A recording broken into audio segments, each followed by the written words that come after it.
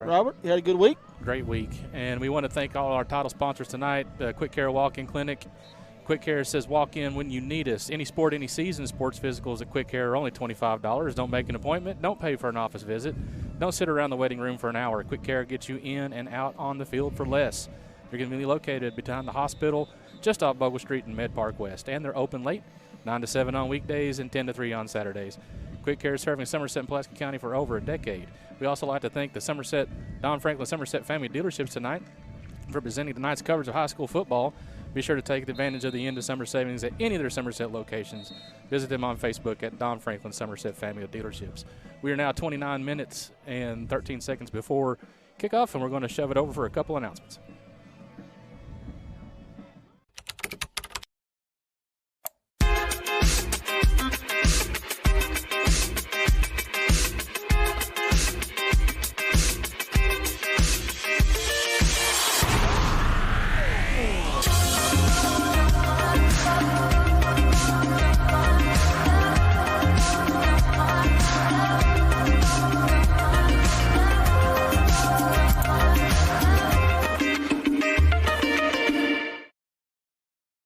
The people of this great land are resilient and will get through this. And buying and selling is the real stimulus. Land and real estate are the premium investments, and they're not just making any more land.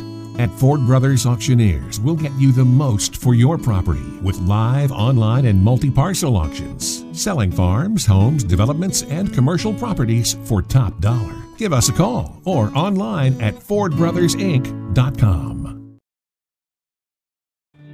Since 1988, Toyota of Somerset has been serving and supporting our local communities. We want you to know that we are here for you and your family. Someone you can trust, someone you can count on, now and for the better days to come. Trusted, loyal, dedicated, helpful, and consistent. Toyota of Somerset. Come see us or visit us online at toyotaofsomerset.com.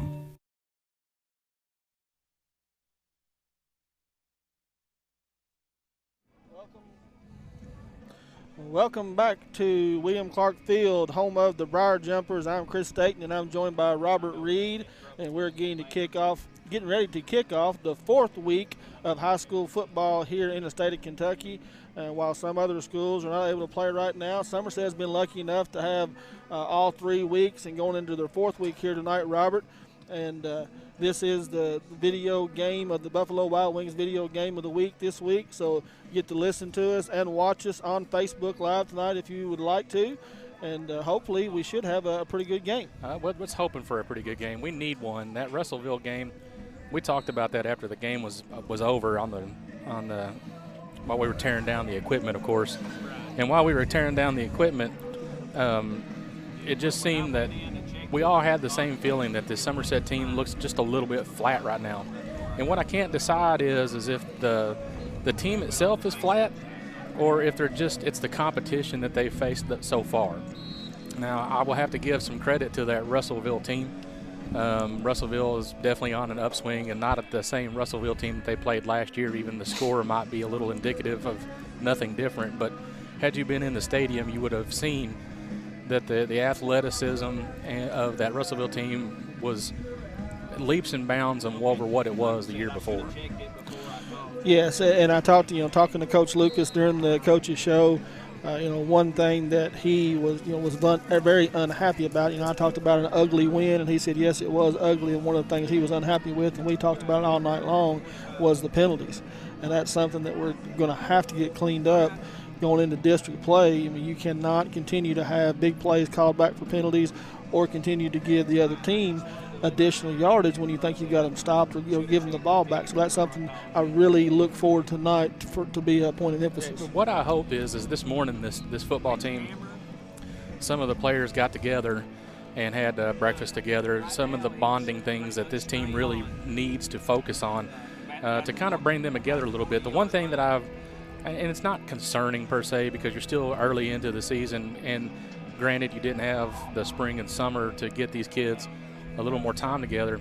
The one thing that they're not doing is they're not celebrating much after big plays or anything as a team. And that's just something that I think from a chemistry standpoint, all these kids like each other. They just got to start learning how to lean upon each other, motivate each other, and come together, because that's what's going to take this team forward. And we're just about 24 minutes away from kickoff, so if you're listening to this and still want to come out, plenty of room, plenty of tickets still available. It is the Pink Out tonight for breast cancer awareness. Briar Jumpers, and we'll talk a little bit more in the fashion report a little bit later, but Briar Jumpers are wearing their uniforms highlighted in pink tonight. Cheerleaders wearing pink and have pink pom-poms, all that good stuff. So for a good cause tonight. 24 minutes to go before kickoff. We'll have a little bit of announcement here, and then we're going to listen to the pregame coaches show with Coach Lucas. We want to thank Buffalo Wings and Rings tonight for sponsoring tonight's video game of the week. Buffalo Wings and Rings, wings created your way, always fresh and never frozen burgers. Since we already talked about the Magic Monograms fashion report, Chris, I think me and you will just go ahead and go through that. Tonight's fashion report is brought to you by Magic Monograms, conveniently located off North Highway 27 between Big Lots and Backyard Burger. Magic Monograms is the place for custom embroidery, screen printing, and so much more. They can put your designs on medical and athletic uniforms, corporate and school apparel. Find them on Facebook, search Magic Monograms and Embroidery. Tonight, the visiting team, the Hazard Bulldogs, come dressed in a white uniform, the white pants, white jersey with black numerals, and something new this year that I was not expecting, a black helmet with a gold H on it. Usually it's the other way around. They've been wearing a gold helmet with a black H. This year, for the Somerset Briar Jumpers, like Chris mentioned, we are having a Pink Out tonight for breast cancer awareness. Somerset will be wearing a purple pant with a white stripe, a purple jersey with a pink numeral, and their traditional gold helmets. Again, we want to thank Magic Monograms for tonight's fashion report. We'll be right back after we have a listen to Coach Lucas in the pregame coaches show this week. Sit down and talk with him. Good evening, everyone, and welcome to the Lake Cumberland Sports Pregame Coaches Show. I'm Chris Staten, and I once again get to sit down with head coach Robbie Lucas. Coach, the Briar Jumpers traveled over to Russellville, Kentucky last week and took on the Russellville Panthers and came away with a long, ugly, hard-fought win, 41-9, but it still goes down the books as a win. It goes as a win, thank goodness. It's been a tough trip coming back. We'd lost that game, but like you said, it was very ugly. Extremely long game penalty-wise, not a lot of smart plays. Lost our composure a little bit, did some things that set us back. The same drive-killing penalties we've had 2 weeks prior have come back again. Certainly something we need to get rid of, and you can blame it, a small part of it on being early in the season and not having the preseason and all those things, but part of it comes down just to being disciplined and making sure that we play with fundamentals technique and keep our mouth shut. Yes, sir, and we're going to talk about that a little bit later, but since you've already talked about it, it's 2 weeks in a row, double-digit penalties for over 100 yards. Is it something that can be cleaned up, looking at it, avoidable mistakes? They're all avoidable mistakes. A lot of it can be cleaned up, and some of it, you're going to get some penalties during the game, but the ones that we were getting are the ones that are inopportune times. They take us out of scoring drives, the major ones, the 15-yarders, things like that most offenses, and ours included, can't overcome when you get those things. I think we jumped off side several times defensively.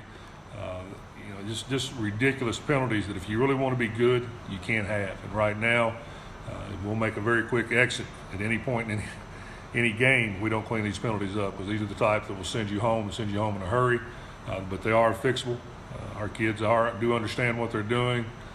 We've coached it, we've talked about it, and we hope to see improvement this week. Yes, sir. And I know you talked about, last week going into this game, Russellville, long, lean, and athletic. They came out, I believe, the third week in a row, went right down the field, scored, opened possession, and defense was able to settle in and played, I feel like, pretty well the rest of the night, only allowing the one touchdown and then a field goal late. Our stats were good defensively, the rush stats, the passing stats. I think we pressured the quarterback 17 times. So obviously, we were getting after it a little bit. Didn't always line up correctly, still something that worries me. We're still having some fundamental breakdowns in alignment in the secondary, some miscommunications between the linebackers and the guys up front. And part of that is what you see in giving up those scores early. Still a physical football team, thank goodness.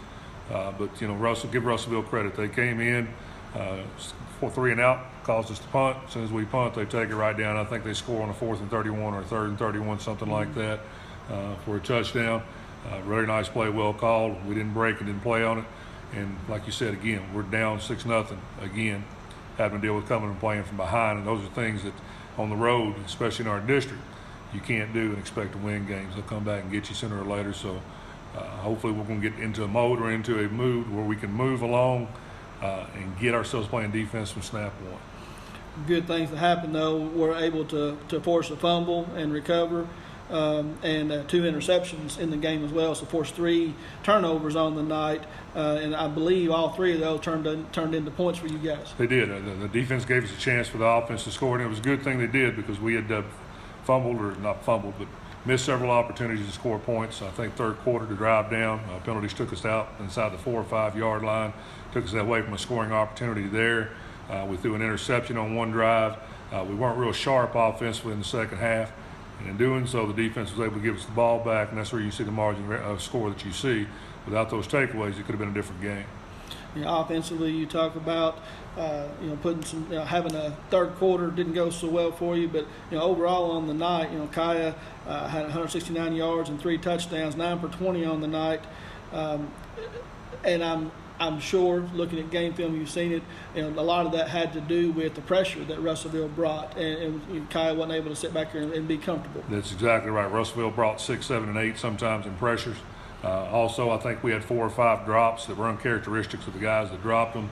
Those things really, they kill drives when you do that. They kill confidence and things like that. Like I said, we had several miscues that we usually don't have, and everything seemed to compound and kind of roll downhill. Hopefully this is the one bad game that we'll have. We can get away from it because it was as ugly as you said it was and more. But, on nights like that, you got to find a way to win, and I'll give our kids credit. At least they found a way to win. Some positive things, though, that went on there. Did have 3 touchdown passes, 2 to Cade and 1 to Gavin Stevens. Rushing game looked to have a good night. Chase Doan, 14 carries, 143 yards and 2 touchdowns. Kaya had 6 carries for 99 yards. Guy Bailey, Mikey Garland, Gerard Smith, all 3 of those guys chimed in, 354 rushing yards. That's a big night on the ground. When you're replacing 4 of your 5 starters up front, that is a huge night, 3 games into a shortened season. The offensive line has done very well. I think Chase Doan has come along and did extremely well in fitting into our offense. Got a good little gear. He doesn't give up. He's a physical running kid. The 1 touchdown, he kind of pops in the center of everything. He's kind of a smallish running back. When he popped in the center of everything, thought the play was over. The young man kept his feet driving, got out, broke out, ended up with a touchdown, the 2-point conversion, where he dives over the top to get in the end zone. He has a lot of heart. He's fitting in well. You mentioned Guy Bailey. You mentioned our big backs. Mikey Garland got the ball 2 or 3 times there on some downhill ISO plays and had big gains out of that. So you're seeing a lot of positive things. We're just not putting enough positive things together. Not a lot of consistency in order to be the offense we need to be or the defense we need to be. So, those things have got to get better. There are positives. The run game has kept itself in check, thank goodness, and we need that because that's, there are going to be times that we do drop balls or the quarterback does get pressure. We need to line up and run it. And to this point in the season, we've been able to. And like you said, we've reiterated, to preach patience. We are only 3 games into the season.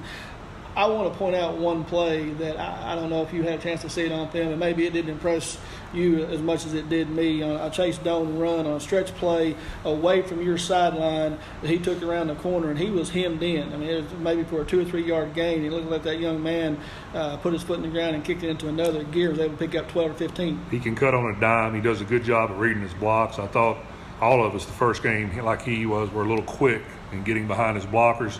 He's learned to be a little more patient in doing so.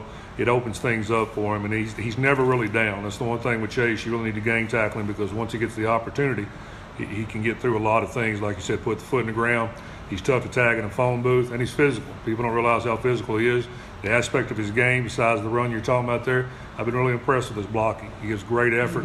He's a young man that takes pride in everything he does. His blocking has been really impressive to me, and most people don't notice that in a running back. But to me, it's a big deal. It shows selfishness. It shows the ability to sacrifice for your team, and I think Chase is willing to do that. And a lot of good things are ahead for that young man. Special teams, I know, early on in the game had 2 missed extra points. Daniel Richardson came on late and was able to get 1. But that's something, you end up having to go for 2, after the second possession or second touchdown, had to go for 2 to kind of extend things. Is that something that I know continues to be a work in progress. It does. It's the first time it's heard its head since last year. We've been pretty consistent. It was just another cascade of things that added to a very, very long night. I'm sure calling the game and watching the game, it was difficult, but the special team snafus have got to get fixed. Those things happen on kicks. It takes very little. People don't realize the timing that you need to get a kick through the upright. So if one little thing is off, a low snap, a snap behind, the holder fumbles, the kicker doesn't step on time, or foot placement isn't correct, a lot of things happen. And that night, it seems like if it could go wrong, it did go wrong. So like I said, hopefully we got that game out of our system. Coming out of that game, before we talk about Hazard here, Coach, coming out of that game, it didn't appear that it had any injuries, anything on the injury front to report? No injuries whatsoever, just a little bit of pride injured on my behalf. You talked about patience a minute ago. I'm starting to run out of that, and there's no way we need to be doing that right now. Still a young team and a young season. Just need to make sure we continue to progress better and learn from our mistakes than what we have to this point.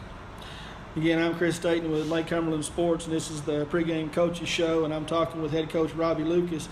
Coach, this week, Hazard Bulldogs come into the Briar Patch and not having a normal season for them. 0-3 on the year, have dropped 3 games to Floyd Central, Danville, and Paintsville. In the Paintsville game, it was 54-0 defeat. What have you seen on film about Hazard? What do you expect from them Friday night? We've seen what we've seen from a lot of people, and it's good to have film again for the second week. We get to look at our opponent, and that didn't happen the first couple of weeks. So what we saw was a typical Hazard team. They have really good size. They have really good athletes. They played Danville down to the wire. They played very, very well. They go to Paintsville. They don't put out their best performance, and Paintsville's very talented. So you've seen a Jekyll and Hyde performance between them. But the one thing that over the years that I've learned is there are very few blowouts between us and Hazard. And it's always a close game. It's always a tight game.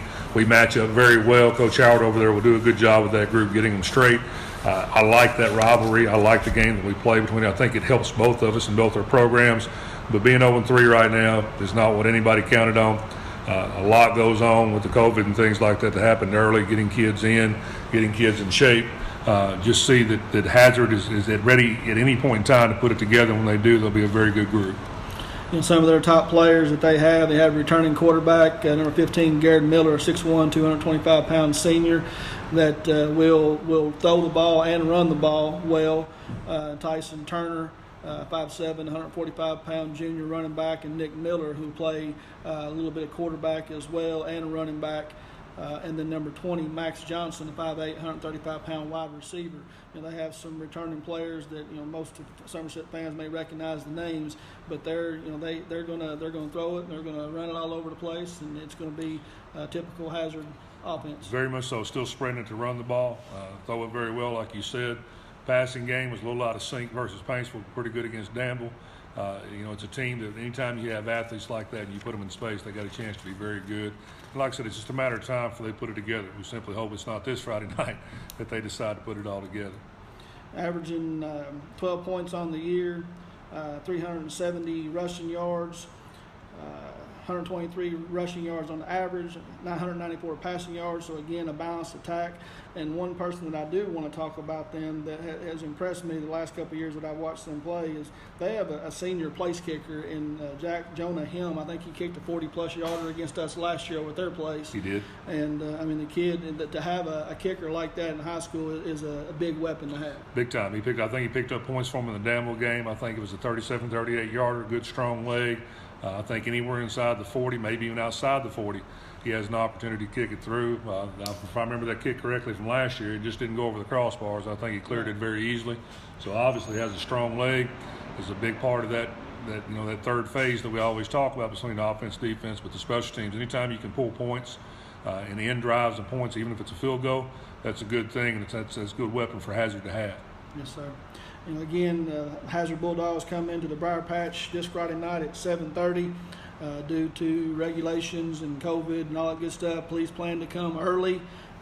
Tickets will be sold at the gate. I know you can get them in advance as well, but look forward to having a good crowd, and the weather should be good football weather. It's supposed to be down in the 40s maybe by kickoff, so yes, sir. Look to have a little bit of good weather. Coach, good luck this week, and hope to come away with another victory. Appreciate it, sir. Thank you. Thank you.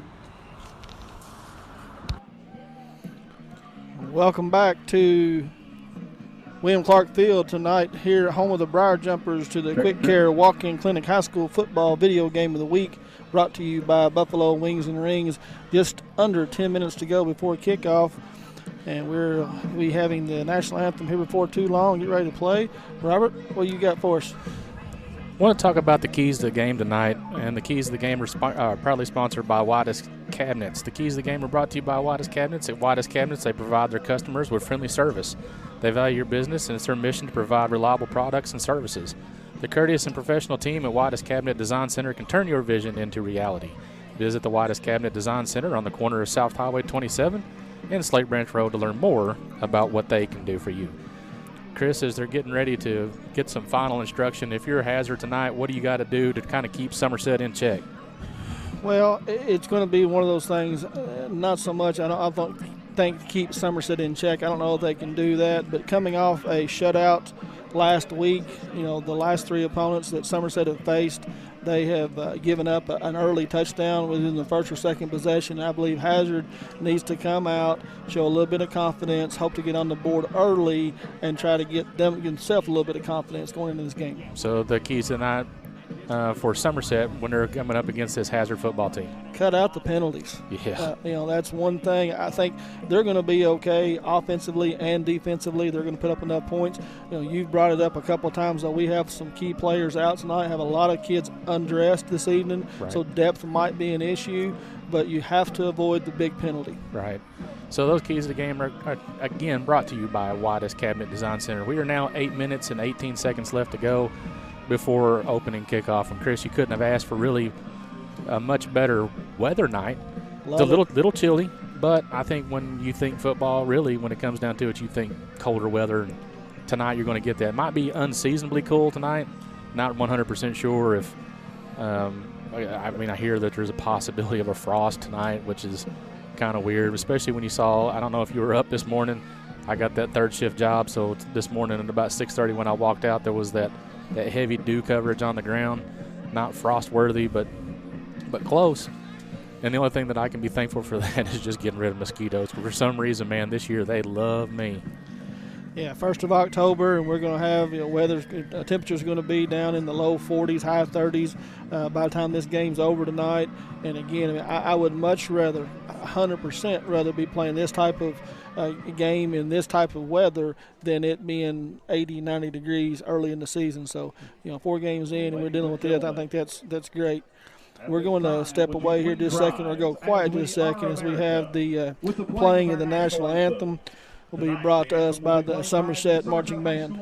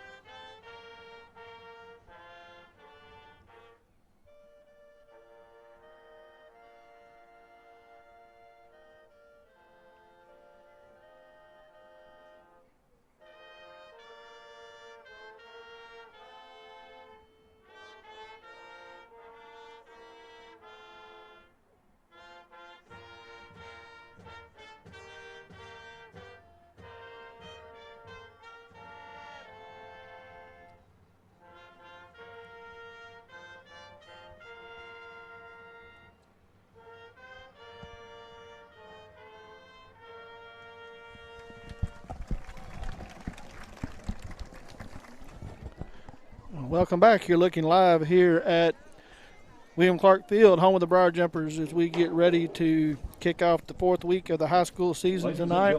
5 minutes and 22 seconds before kickoff, and we'll get ready to have some action here before too long. It's nice to watch the cheerleaders getting ready to go out and form the spirit line. They've got a sign tonight that's very representative of the cause for the Cancer Awareness Month. I love the fact that the cheerleaders are out there with pink pom-poms, wearing some pink socks, and of course the Somerset football team. You got kids that are highlighted in pink as well with that with the jersey that they're wearing.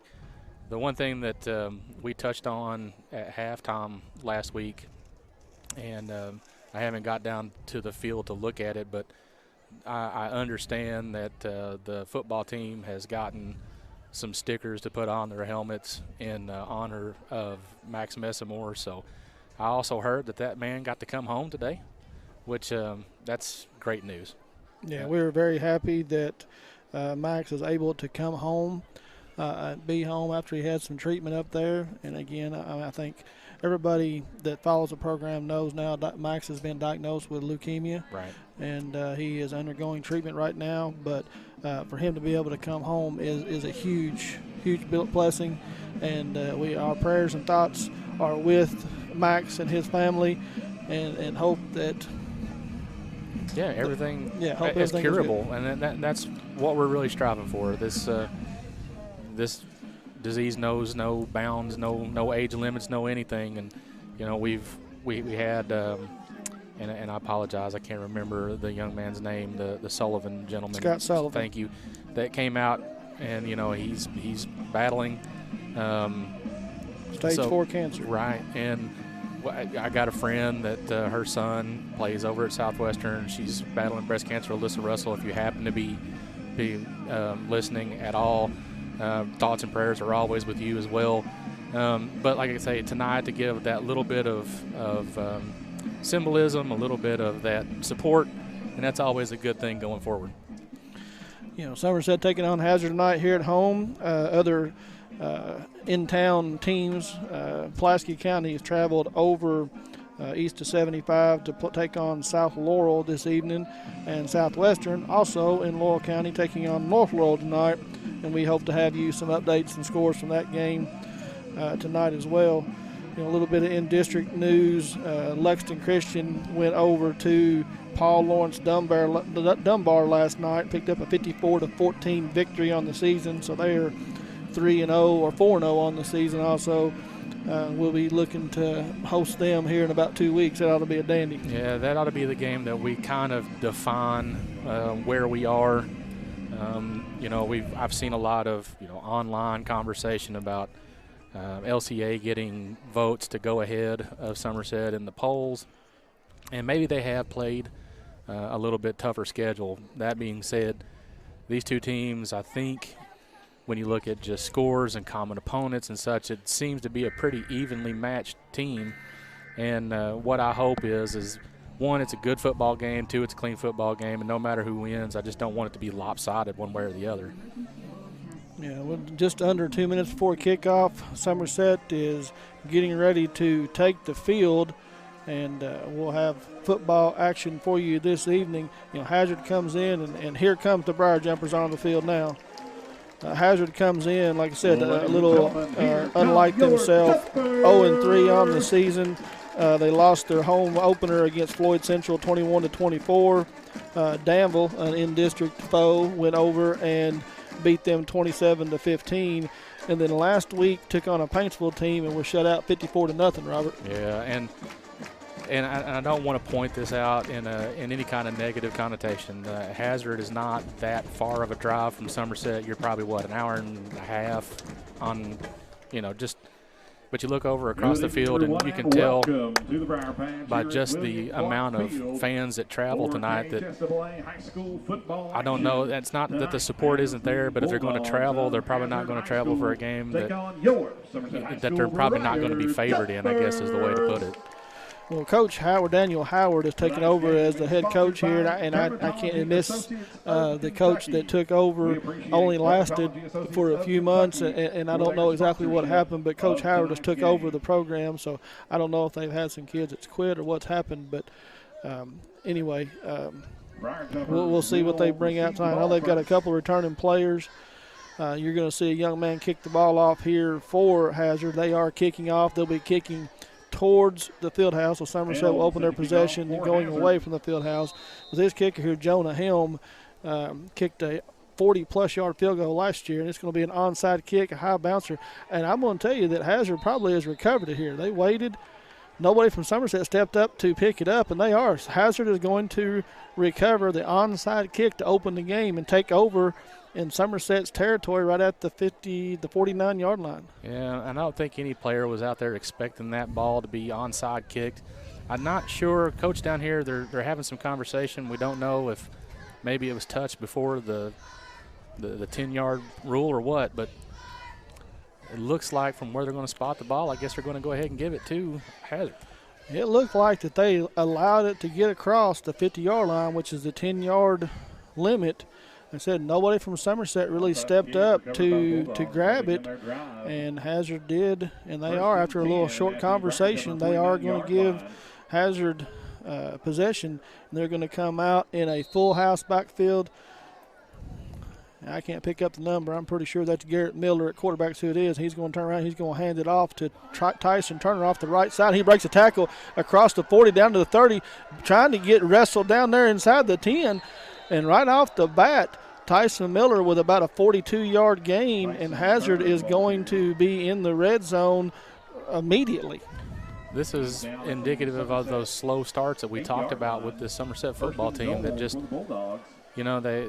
it seems like every team so far come down and drove it down for a score before they've just decided to start playing football. Same formation.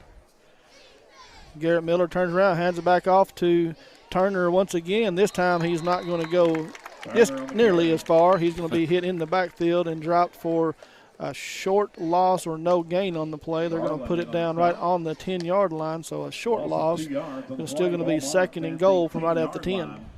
Well, they needed a stop, and they're going to continue to need one. And I think that most of the people have talked about the running back that they have for this Hazard football team, and he shows the athleticism on the first play, but you got to contain the young man. That's the strength of your defense is your run defense, and you can't let that become your weakness. Same formation again, a little bit tighter set by the wideouts. This time Turner's going to go in motion. Miller drops back to pass, throws a fade into the left corner intended for Andrew Ford, and it's thrown out of the back of the end zone and falls incomplete. So it will bring up third and goal from the 10. It's third and goal, and I'm sure they're going to use all four downs as deep as they are into this territory, and understandably so. Well, I don't know. Like I said, this is one of these, and they need to put 7 points on the board to stay with us. Right. But again, Hazard has one of the best kickers in the state. Yeah. Well, and you utilize that, but you got to come away with points on the board. Yeah, okay. You have to have points.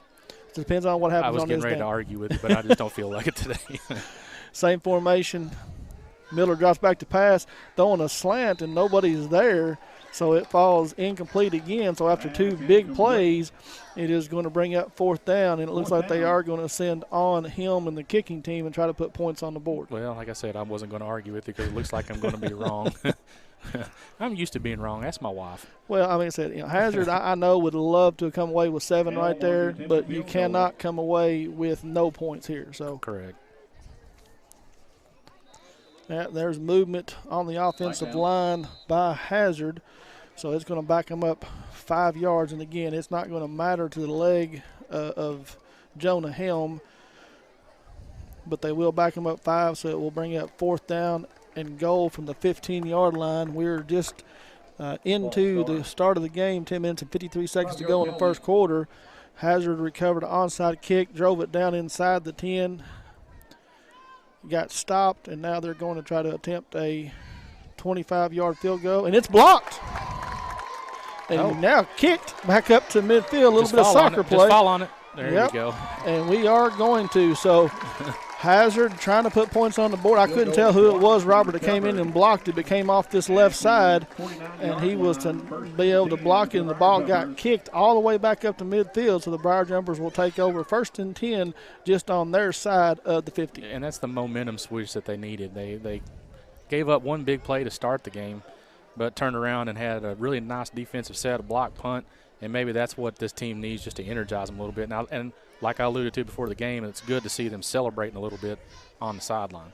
Shotgun formation. Kaya sends Doan in motion. He's going to throw it out here to Chase in the right flat on a little screen. He turns upfield after the catch, and he's going to get back to maybe the line of scrimmage. Looks like no gain on the play, so 2nd and 10 from the 49. Kay Grundy is on the sidelines this evening and not dressed. So we are going to have new faces out there at the wide receiver spot. I'm sure we'll see Gilmore a little bit more, and also we'll see Gavin Stevens getting some more looks this evening. Yeah, definitely going to have to open up the playbook a little bit today, because without a weapon like Kay Grundy on the field, it kind of changes the complexity of everything that this offense might want to do. And Hazard, Kaya not even trying to snap the ball, looked over to the sideline, and Hazard jumps outside. So we're going to get a free 5 yards encroachment penalty on Hazard here to move the ball across midfield down to the 46, bring up 2nd and 5. You'll take that, especially on a 0 gain from your first play from the line of scrimmage. So empty backfield set. 3 receivers to the short side of the field, 2 to the left. Kaya sends is that 22? It's hard to see these numbers here tonight. Sends Hayden Dick in motion. He hands it to him, and he's going to be wrestled down for a loss on the play back to midfield again. So loss of about 4 on the play, going to bring up 3rd and 9. The one thing that the coaches are always going to tell you, you got to run downhill. Can't run side to side, and you definitely don't want to run backwards. But I like the fact that they're trying to get the ball into other people's hands to get this game started. I believe that was 22 Hayden Dick, wasn't it? I think so. Yeah. It's hard to see those numbers yeah, from here. Just pink. Anyway. Shotgun formation. Chase in the backfield with Kaya. 3 receivers to the right. Gavin split out wide to the left. Kaya drops straight back looking to pass, and he's going to hit Hayden Dick right there, right at the yard to gain. So we'll have to see where the spot. It looks like they've got him just a little bit short. So going to spot the ball 8 yards. Yeah, going to spot the ball down at the 42. So it is going to be just a tad short. 4th and 1 here. The Briar Jumpers will stay. Offense will stay on the field and go for this here. With 8:54 to go in the first quarter, scoreless ball game between the Briar Jumpers and the Bulldogs. Shotgun formation with 2 receivers to the left and 1 to the right. Doan in the backfield with Kaya. Kaya's just going to turn around and read option to Doan. It's going to be real close, but it looks like he has fallen forward enough right up to the 40 and a half yard line, but it will be enough for they mark it at the 41, but they are going to give him the first down. They are going to give him the first down. That's the height of Kaya Sharon to be able to reach out and stretch the ball across the line of scrimmage. Much needed. So the first Turner Realty Group first down of the night for the Briar Jumpers. Kaya comes out, going to hand it off to Doan off the left side. He makes a man miss, squirts free, makes a man tackle, bounces out to the outside, across the 20, makes another man miss, and he is going to get into the end zone for a 41-yard touchdown on the play by the Briar Jumpers. But as soon as I say that, we have laundry on the field back here at the 40-yard line. It should be after the touchdown, but we do have a penalty on the play. Yeah, there's no signal quite as of yet. Body language looks like it could be going against Somerset, but I don't know if that was a holding play or what. Touchdown is good. Touchdown is good, but after the play, we have a dead ball personal foul against the Briar Jumpers. Some extracurricular activity going on back here about the 40-yard line. Looked like I want to say that it was Drew Johnson and number 77, Davion Strode, for Hazard back there, having a little bit of extra curricular activities, we'll say. But, that's one of those penalties that had it happened before he got on the end zone. That's a big play that you bring back again, Robert, and luckily that we were able to get in the end zone before it happened. Yeah, but 8 minutes and 12 seconds left to go in the first quarter. Somerset's leading 6-0. However, you're already on the penalty board as well. After the Citizens National Bank touchdown, looks like Christian Whitus is back on the is back to attempt the extra point, and the hold is down, and the kick is up and good. And so with 8 minutes and 12 seconds to go on the Randall D. Turpin CPA scoreboard, the Briar Jumpers lead 7-0. Henderson Chiropractic is committing to relieving your pain using the true principles of chiropractic care. Their caring, helpful team strives for excellence through extraordinary service and patient education. Dr. Henderson provides chiropractic care for injuries that occur during sports, auto accidents, work-related activities, or just everyday wear and tear. the experience you need and the results you want, that's Henderson Chiropractic. Again, with 8 minutes and 12 seconds left to go on the Randall D. Turpin scoreboard, Somerset leads 7-0. Yeah, coming back here to the Briar Patch, the Briar Jumpers were able to get a big stop on the first possession of defense. Hazard came out and attempted an onside kick, recovered it after a gain of about 39, run down inside the 10-yard line. Somerset defense stiffens, able to block the field goal attempt, took it over about the 50-yard line, and 4 plays later, taking in from 41 yards out to get 7-0 lead. Now, I don't know what the game plan here is. They took the penalty on the kickoff, so they backed it up 15 yards. With the leg strength improved by Christian Wattis, at this point, do you just try to kick it over, out-kick the coverage, I guess they say? I don't know that we can do that, but the ball spotted at the 25-yard line. John Don Olinger, and it is a high end-over-end kick right to the 32-yard line, and it is brought down by Tyson Turner. He runs to the left sideline, turns around back into the middle of the field. He's going to be hit hard there by Mikey Garland, and looked like that was Jake Witt. Nice. Love to see the young men getting out there and making plays. On the tackle. So Hazard will take over their second possession of the evening in great field position again, though, all the way up to their 46-yard line. So far, Hazard only able to muster up 41 total yards of offense. While that doesn't sound impressive, they got it all on one play. So. Yeah. So this time, Garrett Miller is going to come out. Same formation that we saw in the first drive. It's a heavy shotgun pistol formation. One receiver right, one to the left. He's got Tyson Turner in the backfield. He turns around, hands it off to him, and he just explodes off to the left side. Gets hit right at the line of scrimmage, but is able to drive through, fall forward, and able to pick up about 3 on the play. Will bring up 2nd and 7. Somerset's run defense is going to tighten up after giving away that one big play that I just talked about. And that's what they're going to want to try to do to Hazard, just kind of try to make him as one-dimensional as possible, because I don't know if the passing game is – it's not shown much yet anyway because of a couple of just miscommunications early.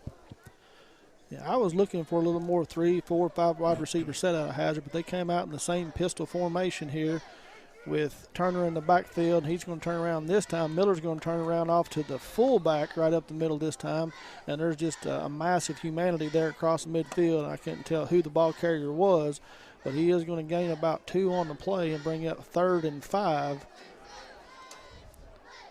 That's the one thing that Hazard seems to always have is just that size up front that can just push people around. So just across midfield, ball into Somerset territory at the 49-yard line, 3rd and 5. Miller comes up to the line of scrimmage this time, flips the fullbacks, lead blockers around, takes the snap. He's rolling out. Well, he's under pressure right off the bat and almost picked off, but gets it across and into the receiver's arm out there. That's number 20. Max Johnson picks up a 1st down, about a 10-yard gain down to the 39-yard line.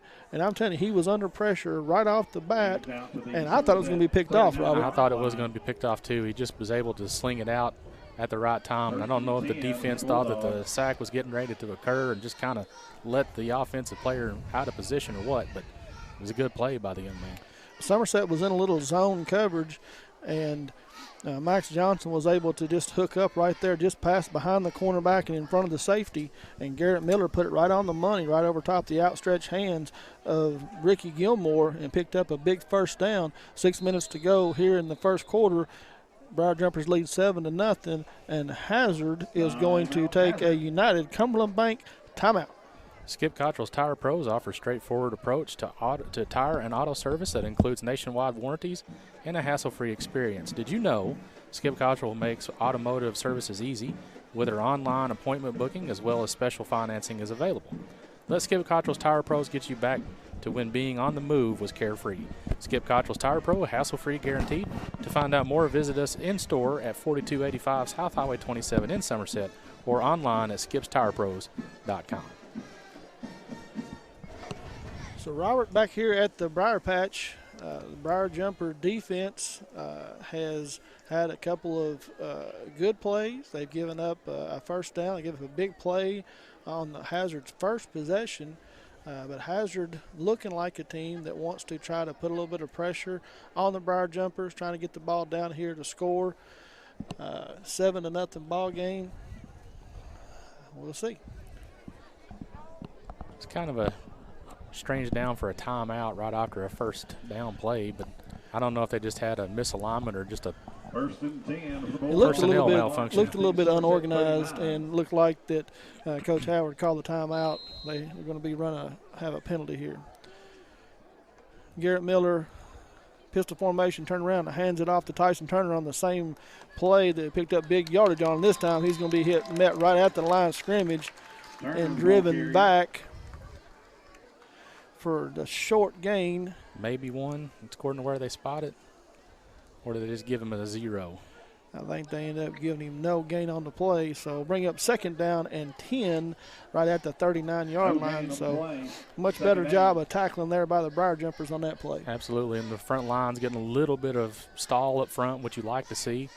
Still not getting a ton of pressure, but sometimes all you need is just a hold at the line of scrimmage to be able to let the secondary or the linebackers make the play. Again, the same formation and the same bugaboo that happened to us last week. Our nose guard right there, Tyler Harvey, right over top of the football, trying to get a head start. He's going to jump off sides and give Hazard 5 yards on the penalty. Tyler must be just really anticipating the snaps or something, because that poor guy, I mean, it bit him pretty hard last week, and it's already starting in the first quarter of this one. So 2nd and 5 from the 34-yard line. Hazard breaks the huddle, meandering up to the line of scrimmage. Garrett Miller calls out the signals this time, takes the snap, turns around. He's going to fake it this time to Tyson Turner and then follow him up into the hole, trying to send that extra blocker up in there. And Somerset was able to fight him off. And looks like he's going to be stopped for a gain of about 1 on the play. Going to bring up 3rd and 4. 3rd down and 4. Just makes it kind of hard. I want to give the right people the credit for the tackle on that side of the line. It's very tough. But it's just that those numbers are just insanely difficult to read from this distance. Yeah, very tough. Again, Hazard comes out, same formation, heavy backfield pistol. Garrett Miller takes the snap. He drops straight back looking to pass. He's just going to throw it up, and it's going to be caught. Coverage was there, but safety came underneath, and it's going to be a 33-yard touchdown pass completion to Max Johnson just on a fly pattern down the right sideline, and Garrett Miller put perfectly placed ball, and Hazard is going to pull within 1 here on the Randall D. Turpin CPA scoreboard with 4:35 to go in the first quarter, looking to tie this ball game up. Somerset had a cornerback sitting step by step with him, but the safety undercut the entire pass play. And I don't know if it was just a misread or if he was just planning on trying to go for the football or what. So Jonah Hill on to attempt the extra point. Snap is high. It does get down, but it is a low line drive that goes under the crossbar. It will not be no good. So 4:35 to go. Briar Jumpers still lead 7-6. Entrust Counseling has made it their mission to be the trusted leader in promoting mental health care in our communities through individualized care. Stay healthy at home with counseling and case management services using your phone or your computer. Call them at 606-676-0638 to get services started today from anywhere in Kentucky. Visit their Facebook page at Entrust Healthcare Counseling for all their latest updates and giveaways. Again, with 4 minutes and 35 seconds left to go in the game, Somerset leads 7-6. So Robert, I couldn't tell who that safety was that come flying over there, if that was Hayden Dick or if that was, well, I've lost his name here, but or Jackson Cooper. I couldn't tell if it was 22 or 25, but safety come flying over there, and like you said, Gilmore was in coverage running with the receiver stride for stride. Safety came over, undercut it, and Miller put the ball right on the money, was able to take it in for a touchdown. So Hazard ready to kick it off here. Somerset anticipating the onside kick this time, have their hands team on the field, and Helm is just going to kick it deep this time, and it's going to hit at the 10-yard line, and then it's going to bounce into the end zone, be a touchback the Briar Jumpers will take over second possession of the night from the 20-yard line. We want to remind everybody to stay tuned to tonight's coverage at the end of the game, where we will be doing a Facebook Live video and bringing you the offensive player of the game, brought to you by Somerset Community College, and the defensive player of the game, brought to you by Modern Systems. Ball will be placed at the 20-yard line, 1st and 10 for the Briar Jumpers. Somerset comes out, empty backfield set again. They're going to send 4 receivers to the right. This time doing a little directing those. Going to send Ricky over to the left. So 3 receivers to the right, 2 to the left. Kaya is going to be a quarterback draw. He's going to keep it, get across midfield, makes a man miss, across the 30. Tackle goes low here at the 40-yard line, but after a 20-yard gain, quarterback draw, design run for Kaya, he's going to pick up another Turner Realty Group first down. It was a good run, good heads-up call by the offensive coordinator there to be able to run a design running play. They're going to give him 23 on the play. 23. Ball up to the 43-yard line. 1st and 10 for the Briar Jumpers. They break the huddle, come out this time. Doan's going to stay in the backfield with Kai. Going to send 2 receivers to the right. Going to send Gavin Stevens wide to the left. Kai takes a snap, turns around, hands it off to Doan on a stretch play around the right side. He's looking for the edge. He gets there, turns upfield. He's going to get hit right at about the 45, 46, and fall forward up to the 50. He's going to pick up about 6 or 7 on the play. Number 7, Ford, and number 33. A little bit of a dangerous running play there because the defensive person just dove out to try to make some contact, and it could have been some helmet-to-helmet contact there too. Going to give him 6 on the play. Ball spotted down at the 49. It'll be 2nd and 4 from the 49-yard line. 3 minutes and 33 seconds. Clock running in the first quarter. Briar Jumpers lead 7-6, trying to put more points on the board. Kyle takes the snap. He's going to throw it out there, throw it well short. I don't know if he had a good grip or the receiver didn't come back to him. But it was intended for Hayden Dick on a bubble screen. It falls incomplete and be 3rd and 4. Kyle had some mistakes, I guess missteps last week with the ball, trying to throw it. The accuracy wasn't there. The ball was thrown well. And this week, again, looks like the accuracy just a little bit off on that first little screenplay there, but, again, early in the football game. Well, again, I don't know if it was a miscommunication, if he thought the receiver was going to be coming back a little bit harder than what it was. But this time he drops straight back, looks at throw, the man's covered. Now he wants to throw it out there in the flat, but he's across the line of scrimmage. He's going to be pulled down with the back of the jersey, but they're not going to call the horse collar. That's a couple times this year we've seen that type of tackle, and no flags have come out. Yeah, and generally that's pretty easy to pick up because you can tell by the direction of the person holding the football in the direction that they fall. So gain of only 1 on the play. It's going to bring up 4th and 3. Ball spotted right at the 50-yard line. And the Coach Lucas is going to send out the punt team, and it looks like that he's got Michael Hawkins is back on his own 37-yard line and going to put his foot to it. There's a snap. Michael does get off, and it's a nice spiral in right all the way down. It hits about the 13-yard line, takes a great Somerset bounce, and they are going to get it stopped right at the 1-yard line. So a 49-yard punt, rolled dead right at the 1-yard line. So that's a great punt.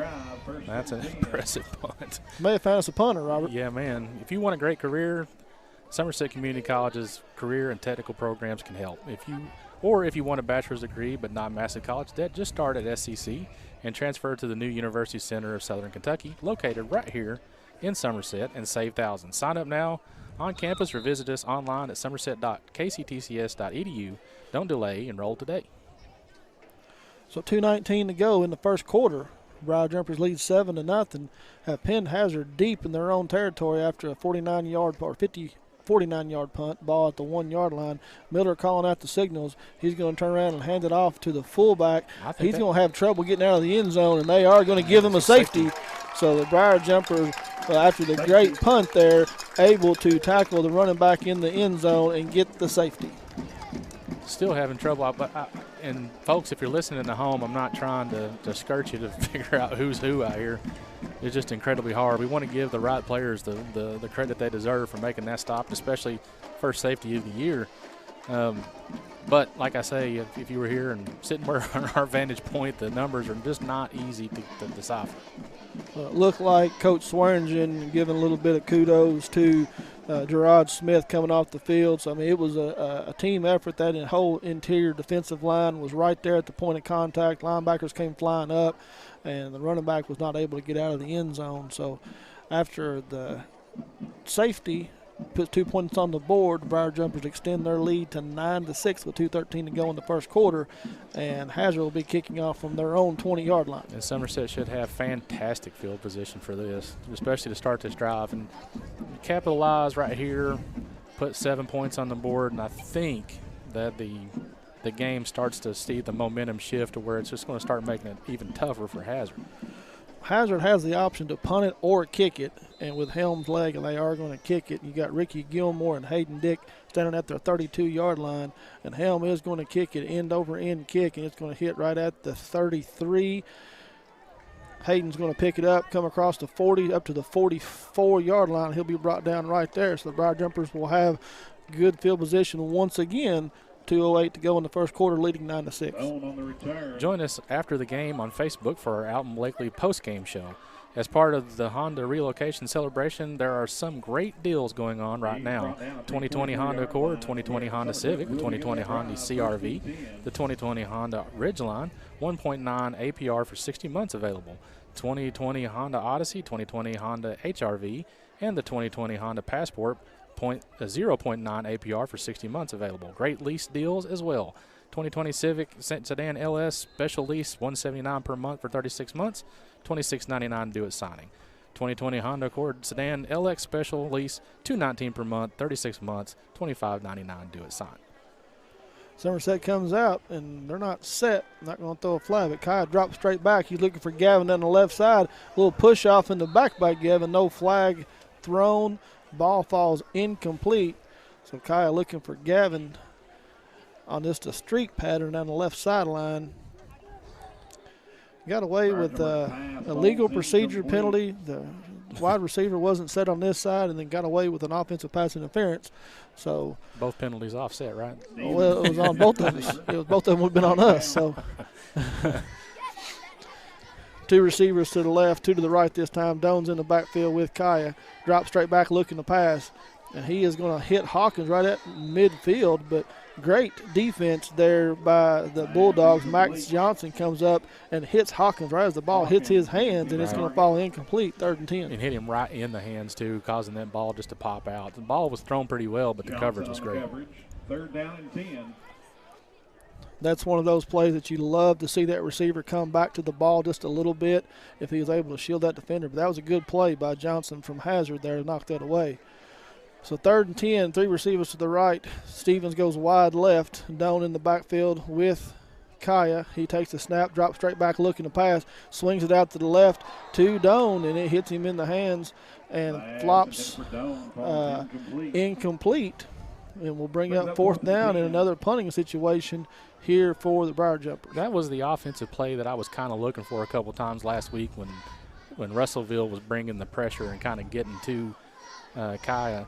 That little bubble screen, for lack of a better term, to let the defense come in and try to get to the rush and just dump it over the top of them and let your playmakers make plays in open field. Doan's wearing a different jersey number tonight. I just now picked up on that. I think I've been calling him Hayden Dick on a couple of occasions.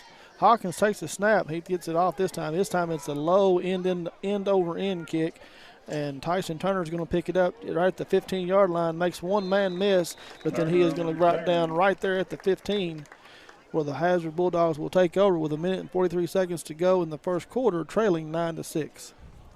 Somerset playing good trail defense on that punt, and Michael Hawkins come up with 2 really nice punts in a row. And like you said, I think you found a punter for the year, especially with Cade out, because the one thing that Cade brings to you is that he's got a good leg, but he can just bust one on you anytime soon. But with him out of the game, you just got to find somebody that can flop the field for you.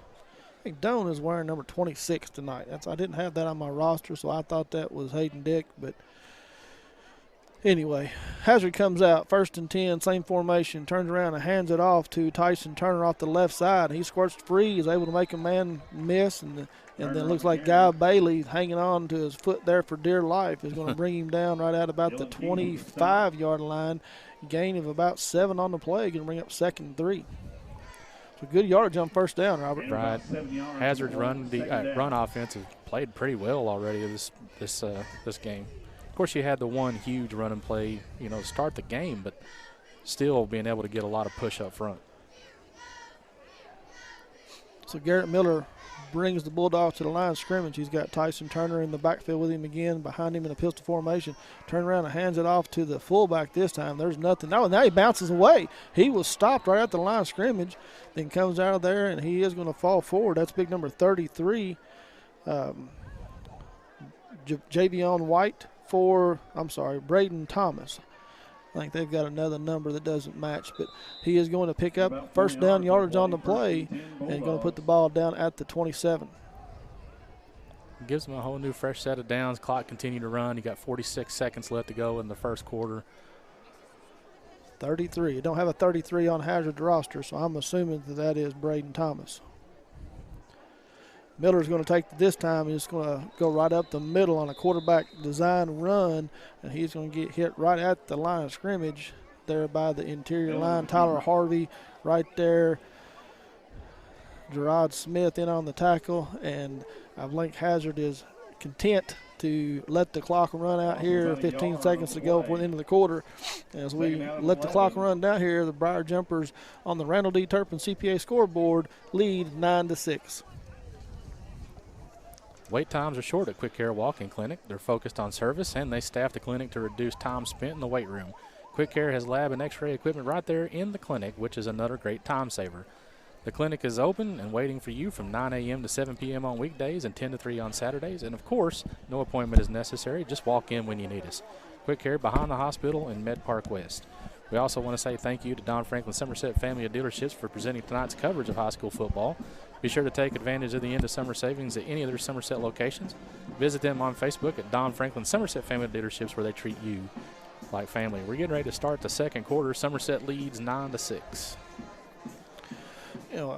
Somerset the last 2 weeks, Robert, has faced 2 very distinctive defenses. 2 weeks ago against Williamsburg, they were content with only rushing 3 on the night and dropping 8 back in coverage, and gave Kaya some trouble, but it gave him enough time to sit back there and pick apart the defense and put up some big plays. And then last week against Russellville, we saw them bringing 5 and 6, sometimes 7 on the play and blitzing, and really taking Kaya out of his comfort zone. And he struggled a little bit last week. This week, struggled a little bit too, but your main playmaker is out this week, and I don't want to say that Kay Grundy is the difference. However, what happens is teams will often shift their coverage to have 2 people right over the top on him, leaving other people wide open, which changes the complexity of your offense. Miller brings the offense out. Somerset showing a little bit of pressure. They drop back into coverage this time. Miller looks deep down the field. He's got a man behind the coverage. He's just going to overthrow him. Pass intended for Andrew Ford. So almost, again, if he puts the ball out in front of the receiver, it could have been another big play, Robert. Going to bring up 3rd down. And you can tell by the communication that's going out on the field right here in the secondary. The whole secondary got together and talked about that one. Right, because it's just you got to be able to have some kind of communication out on the field to keep these players in check. That's Guy Bailey back there. I guess playing safety, was in coverage there, was looking for a little bit of help, and it just wasn't there. So 3rd and 11 for the Bulldogs from their own 26-yard line. Again, same formation. Miller takes the snap. He rolls out to the right side looking for somebody. He's under pressure. Brandon Jones is there to throw him down, and that's going to be intentional grounding. Pass is going to fall incomplete. Brandon Jones had him back at the 10-yard line, spinning him around. Miller just threw it away right back to the middle of the field, and there was not an eligible receiver there. Yeah, I mean, that's going to cost him a down and cost him a lot of yardage as well. So that's going to bring up 4th down and, a mile? Yeah, so here is the call, and it is going to be intentional grounding. That'll be a spot foul. They'll put the ball down back around the 10-yard line, so it'll be a huge loss on the play. And like you alluded to, a loss of down. So actually it's going to walk it off down inside the 5, down to the 4-yard line. Wow. So a huge penalty. Inside the 5-yard line. Right now is the time you need to dial up another punt, but you can't get a silly penalty like roughing the kicker like we had last week. Well, Jonah Helm, standing from his own end zone, will take a low snap. He will get it away. It's a nice line spiral, hits about the 35, 36, and then takes a hard right out of bounds. Briar Jumper will take over at the 41-yard line, 1st and 10. Since 1979, Modern Systems has been defending communities all across Kentucky, and they're proud to be part of the communities they serve, committing time and sponsorships to numerous charities like Project 5810, Relay for Life, March of Dimes, Heart Walk, local school programs, and many more. Modern Systems, your neighbors and your friends, and they work 24/7 to protect the things that matter most to you. From homes to businesses to schools and churches, let Modern Systems be your trusted name in security. Briar Jumpers come out. Shotgun formation, 2 receivers to the right, 1 to the left. Doan in the backfield. He's going to turn around and counter, fake it, and then he's going to, almost get picked off there. Pass intended for Hayden Dick on a slant pattern, and that same defender there for Hazard, number 20, Max Johnson, come flying in at the last second, was able to knock it away, and the pass ball is incomplete, 2nd down. Cade just not having much of a night, Kaya not having much of a night tonight. Looks like he's only got about 9 total yards of passing, and you're 11 minutes and 32 seconds left to go in the quarter. But a lot of drops, a lot of passes right on the money, but a few that have been a little more errant than what I'm used to seeing out of him. Same formation this time. He's going to turn around and hand it off to Doan on a counter play to the left side, and Hazard sniffs it out. Big number 65 for Hazard. That's Kenton Beverly in the backfield. Is going to be brought down for a loss of about 2 on the play. They spot the ball down at the 43-yard line, and it's going to be 3rd and 12 for the Briar Jumpers. Offense has not looked sharp tonight, Robert. No, they haven't. And I don't know if it's just I don't know. I mean, it just doesn't – something's just not clicking, and I'm not sure what it is. 1 big run by Doan on the touchdown, 1 big run by Kaya. Kaya drops straight back. He's getting a little bit of pressure, and he rolls out away from it, gets away from it. He's still looking downfield, sets his feet. He's hit from the backside, but he's able to complete it out here to the left side to Doan, and he is going to get into the end zone there from 43 yards out, but there is a block in the back penalty here right at the 20-yard line on the Briar Jumpers that sprung Doan, so it is coming back. Yeah, and that's a shame, too, because that was a good scramble play, found somebody open in the middle of the defense. Again, just a silly penalty that just need not to have occurred. Yeah, I mean, it sprung Doan to be able to get the touchdown, but you picked up the yardage you need for the 1st down. He had taken the ball down inside the red zone. They were going to be in great position there to get something going, and like you said, it's going to bring it back. So what was 3rd and 12, Kai got hit right as he let that ball go, too. I'm surprised that he was able to get that completion. So it'll be 3rd and 1. Yeah, they're going to spot the ball down at the 31-yard line. I don't know if they're going to try to measure this or not. Well, they're moving the chains now, so looks like it was going to be enough, and it is enough for the 1st down. They are giving him the 1st down. 1st down, Jumpers! So after Turner Realty Group 1st down with 10 minutes and 38 seconds to go before halftime, Briar Jumpers lead 9-6 and threatening.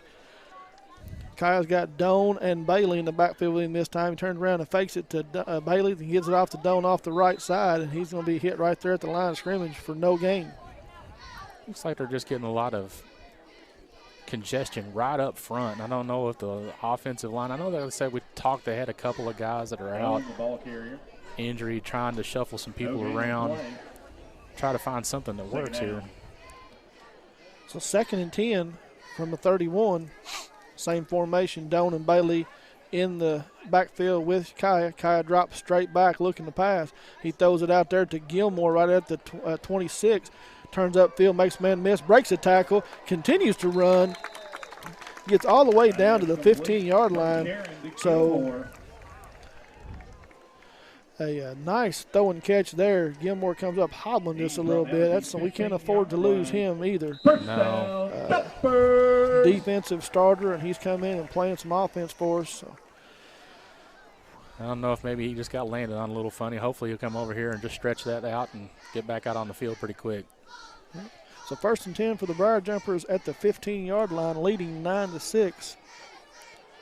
Kai comes out in a pistol formation. He's got Doan behind him, turns around, hands it off to him off the left side, off tackle, and he just runs his way up through there, gets down almost to the 5 down. They're going to mark him at the 7, so gain of about 7 on the play. He's going to bring up 2nd and 3. And that was a lot of second effort just to make those extra yardage. If feet keeps moving, strong young man for his size. The Briar Jumpers have entered the Rick Barker red zone for the first time tonight, looking to put some more points on the board. Kai's going to do a little direct and send the man off the right, turn around, hands it off to Doan off the right side again. He makes a move. Ball, I thought the ball came out, but fumble on the play. Yeah, I think it did, but Somerset was able to recover it. So recovered by the Briar Jumpers. The ball did squirt free, but they are able to pick it up and going to pick up first down yardage here. Ball spot at the 2-yard line. Be first and goal from the 2. Desperately need some points here. The offense is struggling a little bit. Put some points on the board to get some confidence. Pistol formation. Gerard Smith just left to Kaya. Chase behind him, turn around, hands it off to Chase, and he's hit and drugged down in the backfield. Hazard bringing some pressure off that right side, and they were in the backfield. And as soon as Chase got the ball, he was looking to try to avoid a tackler and could not. He's going to lose a yard on the play. Going to bring up 2nd and goal just outside the 3. 2nd down. Chase lobbying pretty hard for a face mask on that. Well, heavy package this time. Gerard Smith and Mikey Garland in there at tailback. Turns around, hands it off to Mikey. He just runs right up in the middle, right off the 0 gap, and he is going to go in for the touchdown. So Mikey Garland from 3 yards out is going to extend the Briar Jumper lead with 8 minutes and 1 second to go on the Randall D. Turpin CPA scoreboard. Briar Jumpers now lead 15-6 pending the extra point. That's one thing that you just can't teach a kid to do is stay on his feet, stay strong, keep pedaling. Basically stop 2 yards shy of the goal line and just kept the feet moving, put 6 points on the board. Low snap, and then it's going to cause a problem. It's going to pop up, and they're going to get roughing the kicker too here on this. It was a low snap. Williams got the ball down, but it threw off the timing, and Christian popped it straight up in the air. But they are going to get a flag on the play for roughing the kicker. Yep, so they're going to move the ball half the distance to go, and they're going to try it again. Roughing the kicker. So if you, at this point, half the distance, do you just settle for the extra point, or would you not try to come out for 2? It is a conversation, but I think as much maybe as we've struggled with the kicking game, the extra points is something that you really need to get under wraps. So they are going to try it again. A high snap this time, but Williams is able to get the ball down, and Christian gets up to kick up and through. So 8 minutes and 1 second to go before halftime. Briar Jumpers now lead by 10, 16-6. Brad Carroll and all the staff at CC's Furniture are proud supporters of the local football teams in our Lake Cumberland area. It's our hope here at CC's Furniture that all the coaches and the student athletes have successful and injury-free season. Come visit us at CC's Furniture. We will be glad to help you with all your home furnishing needs. Go teams. With 8 minutes and 1 second left to go in the second quarter, Somerset leads 16-6. So back here at the Briar Patch tonight on Pink Out, Robert, Breast Cancer Awareness Night. Briar Jumpers in the purple uniforms with the pink numbers. A good crowd on hand for the Somerset faithful. Hazard a little bit sparse on their side, but I think I only counted that they dress about 33 players total. Numbers a little bit down for Hazard this year. Yeah. But what I will say about this, if you're watching at home and you're from Hazard, it's got to give you a little bit of confidence that the team's come out and played pretty decent in this first half. Christian Weiss is going to kick it deep down to the 15-yard line. Tyson Turner is going to take it and go up the left sideline. Little hop skip, makes a man miss, gets across the 35 up to about the 37-yard line where they're going to put it down, and the Bulldogs will take over. First and 10 with the return for the Bulldogs. right there. Keeping stats and the correct score is important to players, coaches, and fans. The same can be said about keeping your taxes and finances in order. For over 26 years, Randall D. Turpin CPA has been doing just that. If accounting is not your thing, then let the pros at Randall D. Turpin CPA do it for you. Proud sponsor of the Randall D. Turpin scoreboard located on Parkers Mill Road in Somerset. So Hazard's going to come out. Same formation they've been in all night long. Garrett Miller at quarterback. Heavy package with Tyson Turner right behind him. He takes a snap, turn around, and hands it off to Turner off the right side, and he cuts right back up the middle. He's going to pick up a couple yards on the play, but there's not a whole lot of room, as much room as there was there early on. Ball is going to go down to the 40-yard line. It'll be 2nd and 8. Somerset getting some decent pressure up front. First time I've heard that young man's name called. Preston. Preston on the tackle. Good, yeah. He's back from a little broken arm injury back in the game, so we're glad to see him back out there. 2nd and 8 for the Bulldogs. 7 minutes, 21 seconds to go here before half clock running. Miller's going to send man in motion. He's going to throw just a fly pattern up the right side. And he's open again, pass intended for Andrew Ford, but it falls incomplete. It'll bring up 3rd and 8. Should have been a penalty on Hazard that time. He sent Tyson Turner in motion to the right side, but he ran almost a circle pattern, almost heading toward the line of scrimmage. You can't do that. Yeah, forward progression, you can't do that. You got to run vertically side to side, or if nothing else, backwards.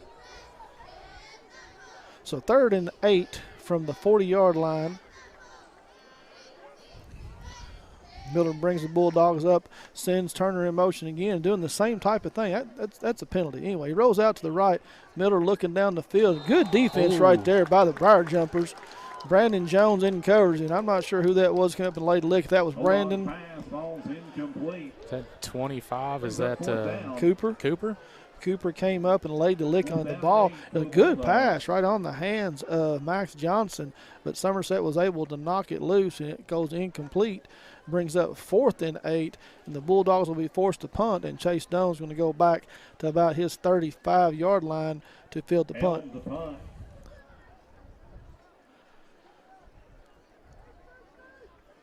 Doan and Gilmore back to receive. Helm was going to stand at his 31 to receive the snap.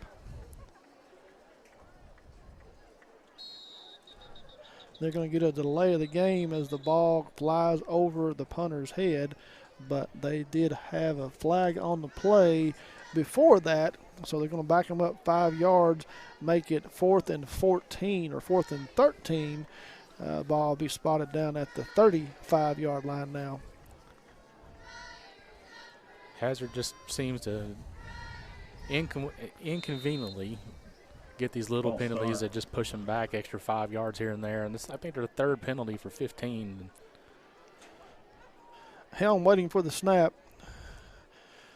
He gets it away. It's an end over end low snap. Chase is going to pick it up at the 26. He comes up off the left side. He gets a block. He's across the 40 to the 50, and he's going to be brought down there. So a good return on the play by Doan. Going to bring the ball across midfield into Bulldogs territory.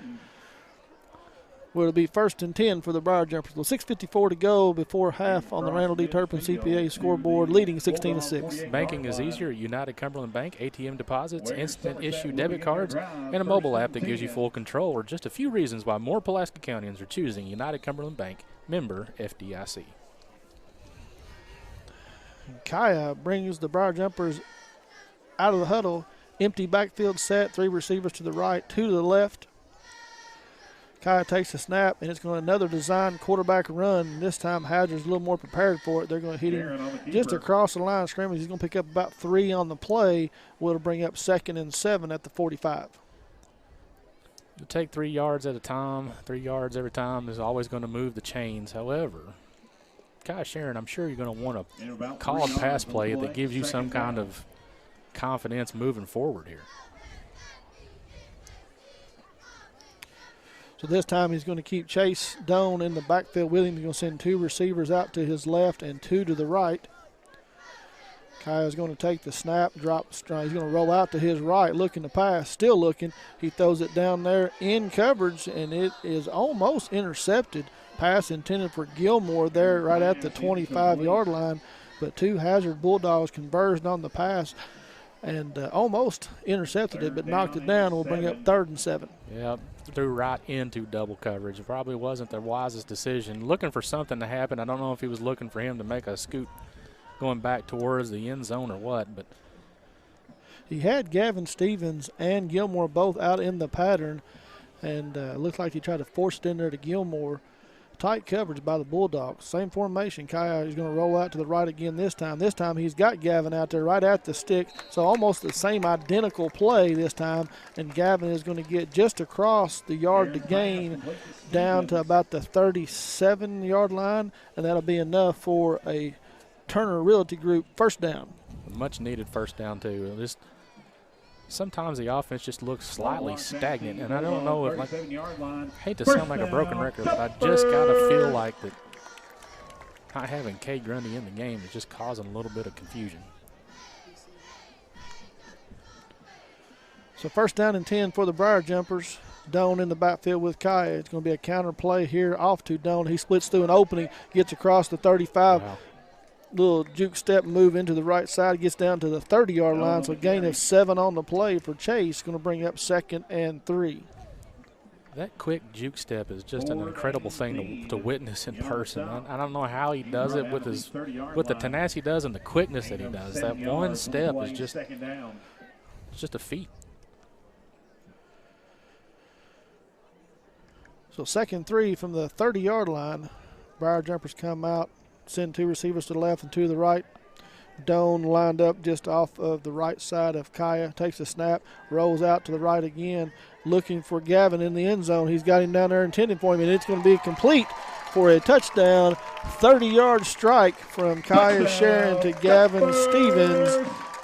Touchdown for the Briar Jumpers to extend their lead at 22-6. Now that was one of the prettier passes that I have seen Kaya throw.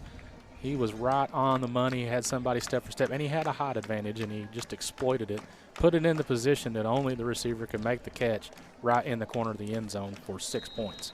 They set that play up, Robert, because the last 2 pass plays were identical routes. Gavin ran down, just ran an out pattern right at the stick. The first time he missed him. The second time he got him. This time Gavin runs the out and up and is able to get up the sideline and get behind the cornerback, and before the safety can get over and catch the touchdown.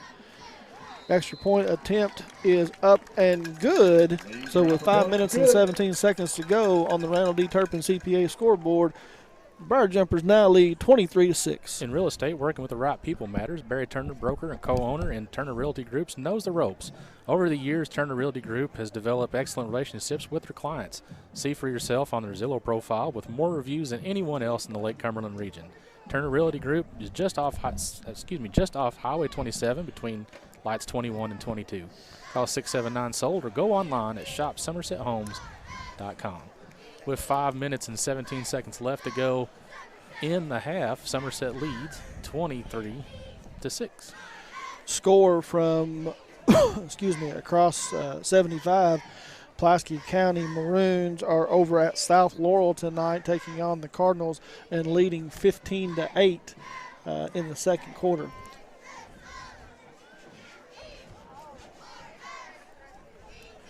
Somerset getting ready to kick off towards the field house. Christian Wise places the ball down at the 40. Hazard has got number 3, Tyson Turner, and number 1, John Don Olinger back deep, standing on their 15-yard line. Whitus pops it up in the air. It's going to hit about the 18. Turner's going to take it up the left sideline and just run out of bounds. There right at the 34-yard line will be 1st and 10 for the Bulldogs. Rick Barker and Godby Realty and Auction, names you know, names you can trust. Real estate and auction services for farm, commercial, residential, and personal. Godby Realty and Auction has 49 years experience in the real estate and auction business, and we're ready to put that to work for you. Go online at godbyrealty.com for more information.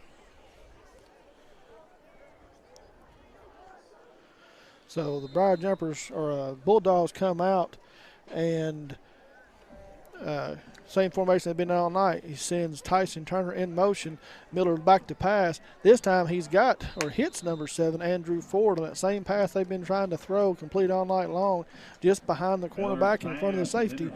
Hits him in the hands and falls incomplete.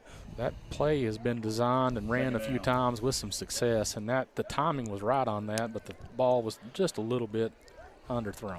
Well, I think that Andrew Ford heard some footsteps over there too. He kind of short. He kind of short on that just a little bit, looking to get whopped maybe.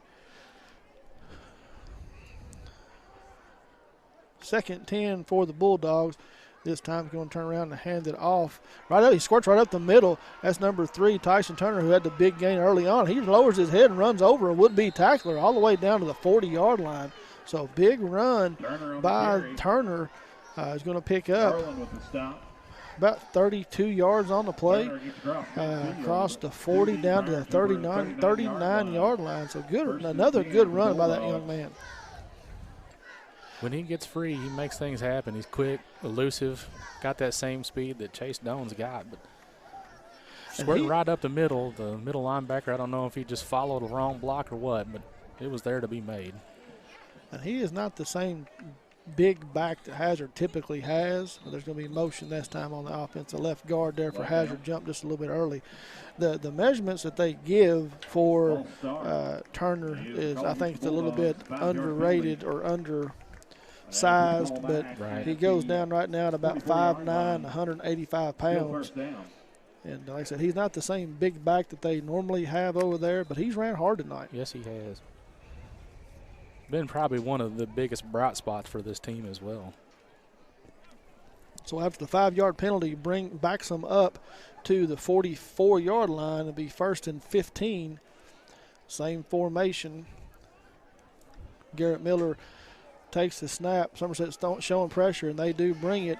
Ball's handed off the right side to Zane Deaton this time, giving Turner just a little bit of a break, and he's going to gain just a few yards on the play, but there's a penalty on the field, and we have a Briar jumper hurt down on the field, on the turf as well. Hoping that that's just a cramp. I mean, I know that it sounds counterintuitive for cramps to happen during the cold weather, but it's what you got to hope for. They're sending both teams to the sidelines. I'm afraid it's going to be something more than a cramp, I'm afraid. Can't tell who the number is yet either. No. Holding, there was a flag on the play. Like I said, we have holding on the Bulldogs. So they're going to bring the ball back to the 45-yard line, where it will end up being first down again from the 45, 15, first down about 21. But right now our thoughts are for this young man. Again, we haven't been able to get the number, but wriggling around in pain. And the whole coaching staff and trainers are coming out there to check on this young man. Are you in the market for a new home? You can start the mortgage process from the comfort of your couch. Citizens National Bank Quick Mortgage is our convenient online mortgage application, allowing you to shop loan products, check rates, and get pre-qualified. It only takes you 20 minutes to fill out your CNB Quick Mortgage application and our simple mobile-friendly website. Visit CNBS Somerset to get started on your new Citizens National Bank Quick Mortgage today. Subject to credit approval. Citizens National Bank, moving together, moving forward. Member FDIC, equal housing lender. So, Robert, as we wait for the injury timeout here, let's talk a little bit SEC football, a little Kentucky football. Kentucky traveled down to Auburn last week and took – everybody was wanting something to happen in that football game, and they just couldn't get much going. They played a great first half. If you're a UK fan like myself, you're not real happy that the touchdown didn't count. And it was a touchdown. It was a touchdown. Exactly right. The touchdown didn't count because it was a touchdown. Now, while that doesn't make up for the difference of the score, what that does do is it just changes the way that anybody's playing the game of football. And it gives momentum, a momentum shift that you're looking forward to. Couldn't see a number. And again, you never know what's going to happen in that situation, but that was a game-changing situation. I mean, the Briar Jumpers, the Wildcats, at that situation would have went in and taken the lead, would have been getting the ball coming back to begin the second half. And, you never know at that point what happens as they get the young man off the turf there. That's number 17, Cam Hughes. So glad to see him get up, getting a little bit of help off the field. I don't know if he's not able to put a whole lot of pressure down on that foot. So I don't know if, I'm not going to speculate, but we just hope that they can give the young man some medical attention and hopefully he'll be okay. But good to see him up and off the field. You never, want any injuries to incur, but I'm glad it's not something to do with a neck or spinal cord or something like that. Yeah. Hopefully something he can bounce back from. So Yeah, after absolutely. the injury timeout and the holding penalty, brings the ball back to the 45-yard line in their own territory now. This time, Tyson Turner is going to be split out wide to the right. That's the first time we've seen that tonight. Miller takes the snap. He's going to pitch it out to the left side to Max Johnson around the left side, and he makes the cut, and he may go. He's down to the 30, makes a man miss, cut back to the 20-yard line. So big gain for the Bulldogs. We've seen a couple of big runs tonight, but they're at the end of the run, the flag comes in late. Looks like about 27 total yards. I'm not sure what the flag is at the end of the run. Thrown right at about where the tackle was made. Generally a sign that. Well, they're moving the chain, so it's going to be against Somerset. Face mask. Yeah, that's what I was getting ready to say. So personal foul after a big gain on the run by Max Johnson is going to take it all the way down to about the 19-yard line. Then they're going to tack on the additional yardage, half the distance to the goal, that will put the ball down inside the 10 at the 8. Yep, at the 8-yard line. So it'll be first and goal for the Bulldogs from the 8-yard line. Penalty places the ball at the 8-yard line. Going to need a stop here. Just going to need a stop. Man, you're just giving up too many big plays to this Hazard offense. Same formation, tossed to the right this time, and he cuts back up in there. He's going to get stopped after a gain of about 3 on the play, but Max Johnson takes it around the right side, looks for some daylight, squirts up in there. Ball will be placed right at the 7. So second and goal for the Bulldogs at the 7-yard line. 1 yard on the play. Second down and goal. I thought he got more than that. I thought he did too, and I don't know if it was just maybe a knee was down or something. I can't tell. So Bulldogs break the huddle with 3 minutes and 13 seconds to go before halftime, trailing 23-6, but threatening to put more points on the board here. Max Johnson in the backfield, and they're going to get a delay of the game before they can get the timeout called. And Hazard looked to be a little bit discombobulated, had some guys running around looking back to the sidelines where they're supposed to go, and they end up going to take. Did they get the timeout? Well, their Bulldog staff is pointing out there for something, and I don't know exactly what it is, but I think they may award them the timeout. Yes, they are going to give them the timeout. So that would be their second timeout of the half on the United Cumberland Bank timeout. 3 minutes to go before halftime. Briar Jumpers lead 23-6. Conveniently located off North Highway 27 between Big Lots and Backyard Burger, Magic Monograms is the place for custom embroidery, screen printing, and so much more. They can put your designs on medical and athletic uniforms, corporate and school apparel. Find them on Facebook. Search Magic Monograms and Embroidery. Henderson Chiropractic is committing to relieving your pain using the true principles of chiropractic care. Their caring, helpful team strives for excellence through extraordinary service and patient education. Dr. Henderson provides chiropractic care for injuries that occur during sports, auto accidents, work-related activities, or just everyday wear and tear. The experience you need for the results you want, that's Henderson Chiropractic. So, and we noticed, or I had said something earlier about Tyson Turner being split out to wide receiver. He looks to be just a little bit injured, hobbling around out there, and so they have moved number 20, Max Johnson, to the backfield. He's had a couple of good runs also. Bulldogs come out, same formation, Miller looking to pass. He's got a defender out there, and he was held the entire way. It is going to fall incomplete in the end zone, but they're going to get pass interference on the Briar Jumpers in the end zone. Penalty is going to be on Gilmore over there in coverage. So Hazard will get half the distance to go. Ball will be spotted at the 3-yard line. Automatic first on that? No. No. Just the distance. Just the distance. So it will still be 2nd and goal from the 3. Darren's calling in Somerset. Ball mark on the 3. Miller brings the Bulldogs to the line of scrimmage, turns around, hands it off to Max Johnson. He's going to get off the right side. He's going to fight in from 3 yards out. And the Bulldogs are going to score a touchdown here with 2:50 to go before half and trail now 23-12. Well, it's probably not the outcome that anybody here was expecting after seeing that Paintsville score last week. Hazard's come out playing some inspired football, feeling like they've got the confidence to take it to this Somerset football team, and so far they have. Jonah Helm is on to attempt the extra point with the hold of Tyson Turner here, trying to get 13 points on the board, and the kick is up and good. So with 2:50 to go before halftime, Briar Jumpers now lead 23-13. Getting the counseling help you need has never been easier. Interest Counseling is now providing counseling and case management services using your phone or your computer. Give them a call at 606-676-0638 or visit their website at www.interest-healthcare.com and get services started today from anywhere in Kentucky. You know, Robert, this is one of these trap games, you know, as you like to call them. You know, Somerset coming off a win against Russellville, 3-0 on the season.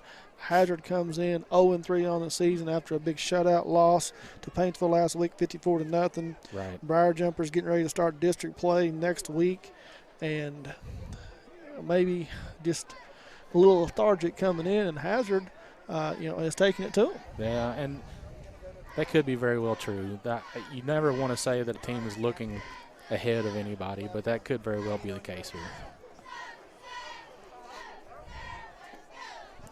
So 2 minutes and 50 seconds to go before halftime.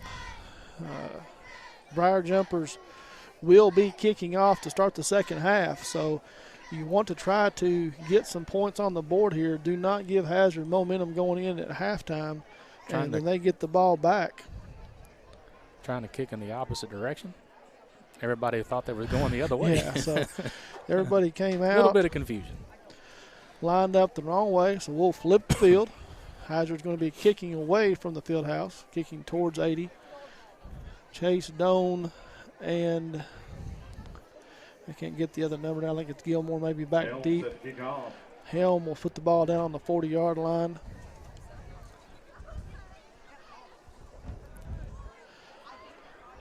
One thing that I have noticed in Somerset's practices is they do a 2-minute drill just about every time that they end a practice, so it's not something that they haven't seen. Helm is going to kick it off, and it's a high end-over-end kick. Drives Doan back to the 11-yard line. He follows the blocker up to the left side, makes a good move, makes a man miss. Now he's got some room. Yeah, they're going to get a holding penalty there. Garland was holding him the entire way. So big return, 40-yard return by Doan up to the midfield, but they're going to get a penalty on the play, so the Briar Jumpers are going to be forced to start a little bit worse field position than what they had. Yeah, and that's 4 penalties now for 45 yards, which – no, they're going to wave it off. I am shocked. Well, never mind. I am shocked. I'm corrected. 3 penalties for 35 yards. And watch Garland with the block. And he did everything but bear hug the Bulldog defensive tackler. And right there where Doan ran out of bounds, and they threw the flag, and I'm shocked. Yeah, and the Hazard coach is a little shocked too. Not happy. He's called to head the white hat over to have a conversation with him. I mean, I want to say everybody in the stadium saw the hold. I didn't see anything. Yeah. I'm shocked. Yeah, and Coach Howard is almost as incredulous as Coach Stoop was about the no touchdown call last week. Yeah, I would be too. Anyway, ball placed at the 49-yard line. Kaya dropped straight back looking to pass. He's got a man right down the middle of the field. Oh, and he's – there's a flag. Yeah, that's going to be a defenseless receiver, head-to-head contact. Doan got lit up right as the ball got there. Hazard defenders have got their hands up like, what was that? But I think that's a good call. It is a good call, and that's the defenseless. You got a receiver running downfield, trailing to look for the ball, got his head turned, and then you lead with the helmet. That's going to get called just about every time. Unfortunately, the pass was right there. Pass went right through Chase's hands. Right. Should have been caught, but anyway, they get the targeting. Footsteps on that one too. Right. He gets targeting penalty, so they get a 15-yard penalty that puts the ball at the 34-yard line. First Turner Realty Group first down by penalty tonight for the Briar Jumpers. Kaya rolls out to the right. He's looking for Jacob Smith there on an out pattern right at the first down marker. So a couple weekends ago, Jacob had a pretty good game here at home and got those late receptions. And Hazard has a injured player down laying on the 20-yard line. So we'll have an injury timeout here with 2 minutes and 27 seconds to go for halftime. The Briar Jumpers lead 23-13 and threatening to put more points on the board. Brad Carroll and all the staff at CC's Furniture are proud supporters of the local football teams in our Lake Cumberland area. And it's our hope here at CC's Furniture that all the coaches and all the student athletes have a successful and injury-free season. Come visit us at CC's Furniture, where we would be glad to help you with your home furnishing needs. Go Teams. And the injured player for the Bulldogs is number 3, Tyson Turner. A young man started out in the backfield tonight, had 2 big runs for the Bulldogs, tweaked something, and they moved him out to the wide out spot, and Max Johnson took over in the backfield. Now on defense, he has done something else, and they'll cart him off the field. So, Hazard Bulldogs will call their third and final timeout of the half. United Cumberland Bank timeout. Well, we got a lot of people out here in the middle of the field, right at about the 20-yard line, especially the Hazard team out here regrouping. What you got to hope is when you got kids that are hanging their head, look a little dejected, that the injury that the young man just sustained was nothing of any real consequence. And I want to say the same thing for young Cam Hughes out here as well. I've lost him on the sidelines here, so I don't know if he's been moved down to the field house for a little bit of treatment or what, but I'm hoping that young man is okay too. I saw his grandfather sitting a few rows in front of us, and his mom and grandmother just walked past us, and I'm just hoping the young man is okay. Yeah, so again, Briar Jumpers on the move, looking to put something in the end zone here. Offense has looked shaky at times. Chase has had a couple of good runs. Kaya has completed a couple of long passes, but had a lot of drops tonight and errant throws again on the evening. But the Briar Jumpers still lead by 10, 2:27 to go before the halftime, leading 23-13, and has an opportunity to extend their lead to 17 at half right here if they can punch the ball in. Plenty of time, and offense has looked a little shaky. Still got 23 points on the board somehow. Right. Punch any points here, you're still way ahead of your season average. A little counter option to Chase Doan. This time Kaya is going to keep it and run off the right side. And as he does, he gets across the 25 down to about the 23, and he's hit hard by 2 defenders over there. Yeah, I've got end over end. You had somebody down here in the corner of the end zone. I think it was Gavin Stevens holding his hands up wide open. Just may have been designed for a one outlet look for him to be able to tuck the ball and run, and he was committed to running, but he's going to pay for that one. That one's probably going to be felt a little bit here in a little bit. It's a gain of 2 on the play, 2nd and 8 from the 21-yard line. Briar Jumpers still have plenty of time, so they're not in a hurry-up mode right now. 1:45 and the clock running before halftime. Kaya breaks the huddle, sends 2 receivers to the left, 1 to the right. He's got Doan in the backfield. He's going to fake it to him and then turn around and hit big Jacob Smith just on a hot read right down to the 10. So that will put the Briar Jumpers in the Rick Barker red zone for the 2nd time tonight. Ball marked at the 11-yard line. First down, Jumpers. Just outside the 10 at the 11, so it won't be 1st and goal, it'll be 1st and 10. They can take the ball inside the 1 and pick up a first down. Clock running. Minute and 20, minute 17, minute 16. So still have plenty of time. They have all 3 timeouts left. Kai drops straight back. He throws it out here to Jacob Smith again at the 5-yard line. So 3 pass completions in a row to Jacob Smith from the tight end spot. Going to take the ball inside the 5 down to the 4, where it'll be 2nd and goal, or 2nd and 3 from the 4. You fed the ball to Jacob Smith a couple times. You might as well try to run a play and get it in his hands because he's sure-handed. And just under a minute to go in the half, 50 seconds to go on the clock. Briar Jumpers lead 23-13, and the Somerset will call the first United Cumberland Bank timeout of the first half. We want to remind everybody that's watching tonight to stay tuned to tonight's end of coverage game sponsored by Alton Blakely. We will have a Facebook Live video.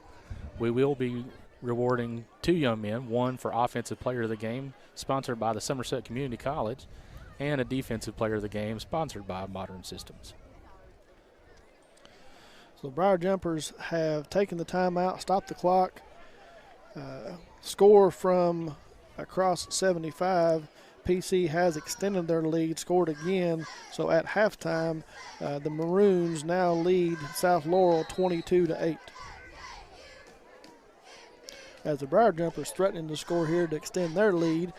High snap, Kai turns around and hands it out to Mikey Garland. He gets walloped right at the 1-yard line. He's fighting for extra yards. He's going to be stopped just short of the goal line, but may have enough for the first down, Robert.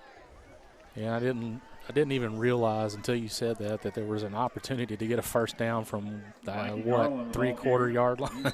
And they are going to give it to him. So first and goal from the 1, and the Briar Jumpers hurry up, and Kai is just going to take and run off the left side and going to get into the end zone from 1 yard out.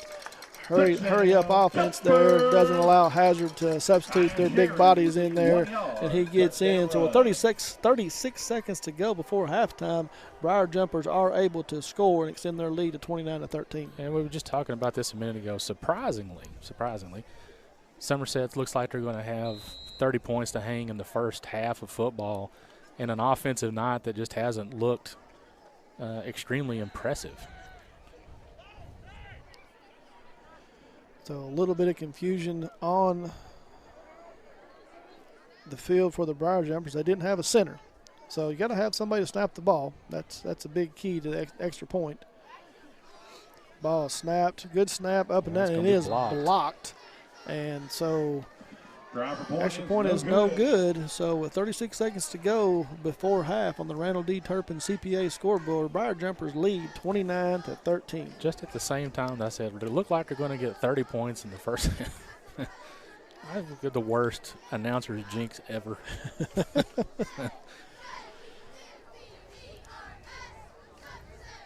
I looked over and I saw Cam Hughes' mom over here. I'll get a little bit of breaking action. I'll go over here and speak to her and find out and make sure that the young man is okay. Yeah, I hope that he is going to be okay. So the Briar Jumpers will come out and kick off, kicking towards the field house, looking not to give up any big plays here to Hazard to end the half. Squib kick right in the middle of the field. Well, Hazard has used all their timeouts, so they're going to have trouble. I wouldn't want to give them a short field. No. I would want to make them. I'd kick it as far deep as I could. Squib kick would not be a bad idea, but you do not want to give them a short field with no timeouts. Christian Wise puts his foot to it. It's going to be a high end-over-end kick that hits right at the 19.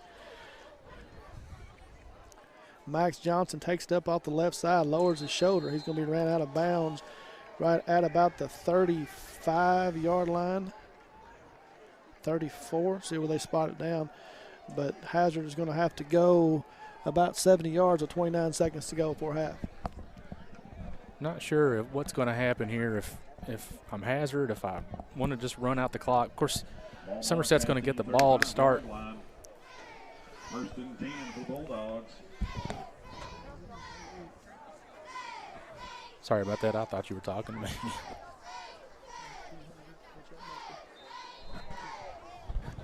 So Hazard comes out here with 29 seconds to go, ball at the 35-yard line. Miller's just going to turn around and hand it off to Max Johnson right up the middle. He's going to pick up about 2 yards on the play, but that should be, unless Hazard wants to hurry up, might be and it is. They're going to be content to take it in at halftime here, trailing 29-13 in a more competitive game, Robert, than I thought it was going to be here at the Briar Patch. But that will be halftime, and we're going to take a little break here, and we'll be back right after these messages. The people of this great land are resilient and will get through this. And buying and selling is the real stimulus. Land and real estate are the premium investments, and they're not just making any more land. At Ford Brothers Auctioneers, we'll get you the most for your property with live, online, and multi-parcel auctions. Selling farms, homes, developments, and commercial properties for top dollar. Give us a call or online at FordBrothersInc.com. Since 1988, Toyota of Somerset has been serving and supporting our local communities. We want you to know that we are here for you and your family. Someone you can trust, someone you can count on, now and for the better days to come. Trusted, loyal, dedicated, helpful, and consistent. Toyota of Somerset. Come see us or visit us online at toyotaofsomerset.com.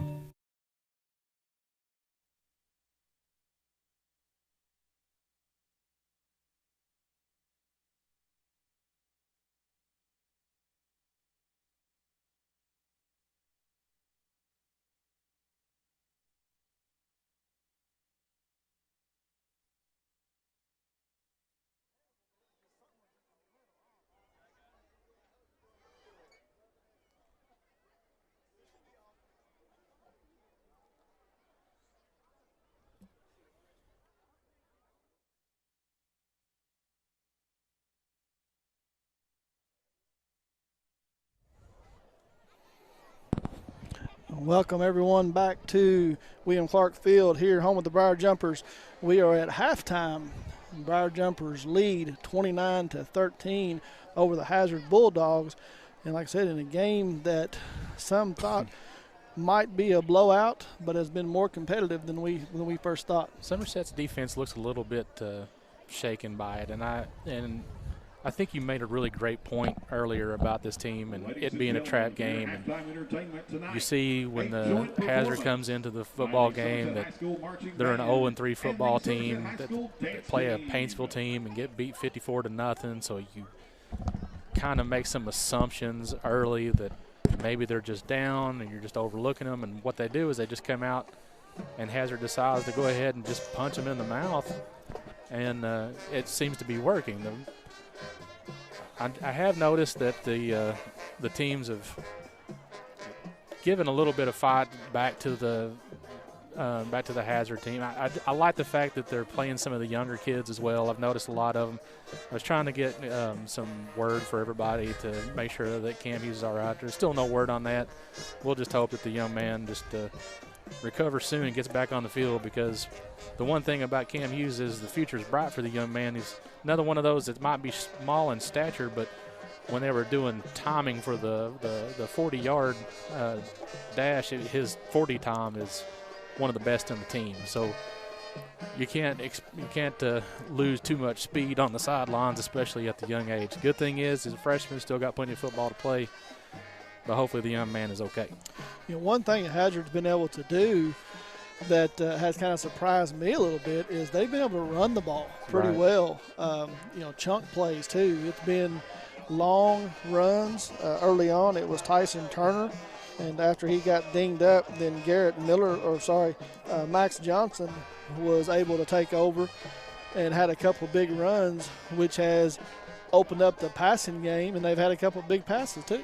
Right. Somerset's going to go down. They're going to make some halftime adjustments. I'm sure the coaching staff, they've got some eyes up here up top where they're able to dissect the plays as they happen. Got live video. I'm sure they'll go down and make some adjustments to halftime to try to shore up the problems that they've had giving up the big running plays. It hadn't been for those two very long run plays. I mean, Somerset would be in a really good place right now. Yeah, I started the game. Hazard came out and kind of surprised everyone, and made a onside kick recovery and then took the ball right down the field and was attempting to score, sent the field goal unit on and got the field goal blocked. Somerset then was able to take over and go down and score, open up the scoring and go up 7-0. Hazard wasn't going to lay down. They were able to come back and put some points on the board themselves. Somerset has finally righted the ship and now lead 29-13. Score from across town. Well, actually, I think that they're playing at North Laurel tonight. Southwestern leads right now 14-6 over North Laurel. Excuse me, I said Southwestern, or did I say South Laurel? Yeah, Southwestern leads 14-6 over North Laurel.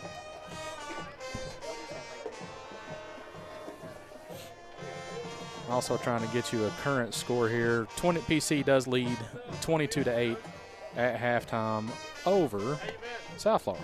So both county teams tonight have traveled across county into. We want to try to get your son on. They're just going to. I was trying to get a couple of baseball players here, Matt Bolin and Clay Vanderploeg, and came as up soon and as you say said, hi. "Do you want to talk?" Everybody left. Yeah, try to get them on air, and they gone. So much for that. Yeah. Well, I mean, the last home game, Grace Bruner came up and talked, but God bless her, I think it was way out of her comfort zone. I got her up here, was asking her questions, and I could tell by the look on her face she was mortified. But she did a very good job, and I was proud that she came up and talked. So we have the Somerset Marching Band able to get out here tonight. I think it's the first time that they've been able to come out, and the Somerset dance team is out there with them as well. So glad to see those young men and women out here tonight. Yeah, the Somerset Band, for anybody who may or may not be paying any attention, and I guess it's still called the Kentucky Music Educator Association, or KMEA. They are not hosting any marching band competitions this year. I had one of the fans in the stands ask me, do they not have uniforms? Do they not wear those anymore? And truth be told, like, if there's no reason to put them on this year, you save the wear and tear by not having them out here and save them for next year. And let's hope that these COVID restrictions are lifted enough to where the people out here that are playing the music get out there, put a show on, and get out there and compete next year. Like I mentioned earlier, we have been very fortunate that we have not lost any games due to the COVID restrictions. There's been several teams in the state that have had games canceled, and I know there was a couple of games this evening that were canceled as well. So hopefully we'll be able to make it through the season without any of those. I'm not going to even attempt to get into any kind of political conversation here one way or the other, but I do know that our president and first lady were diagnosed with COVID this morning.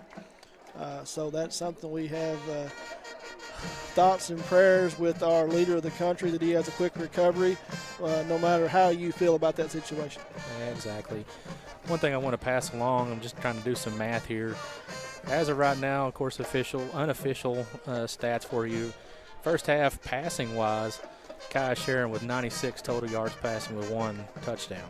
So not technically the best first half that he could possibly have. However, turned it on pretty late in the second half, because I think, if I'm not mistaken, it was a pretty good chunk into almost the second quarter before he connected and was running into the second quarter with about 9 total passing yards. Yeah, he was able to start utilizing Jacob Smith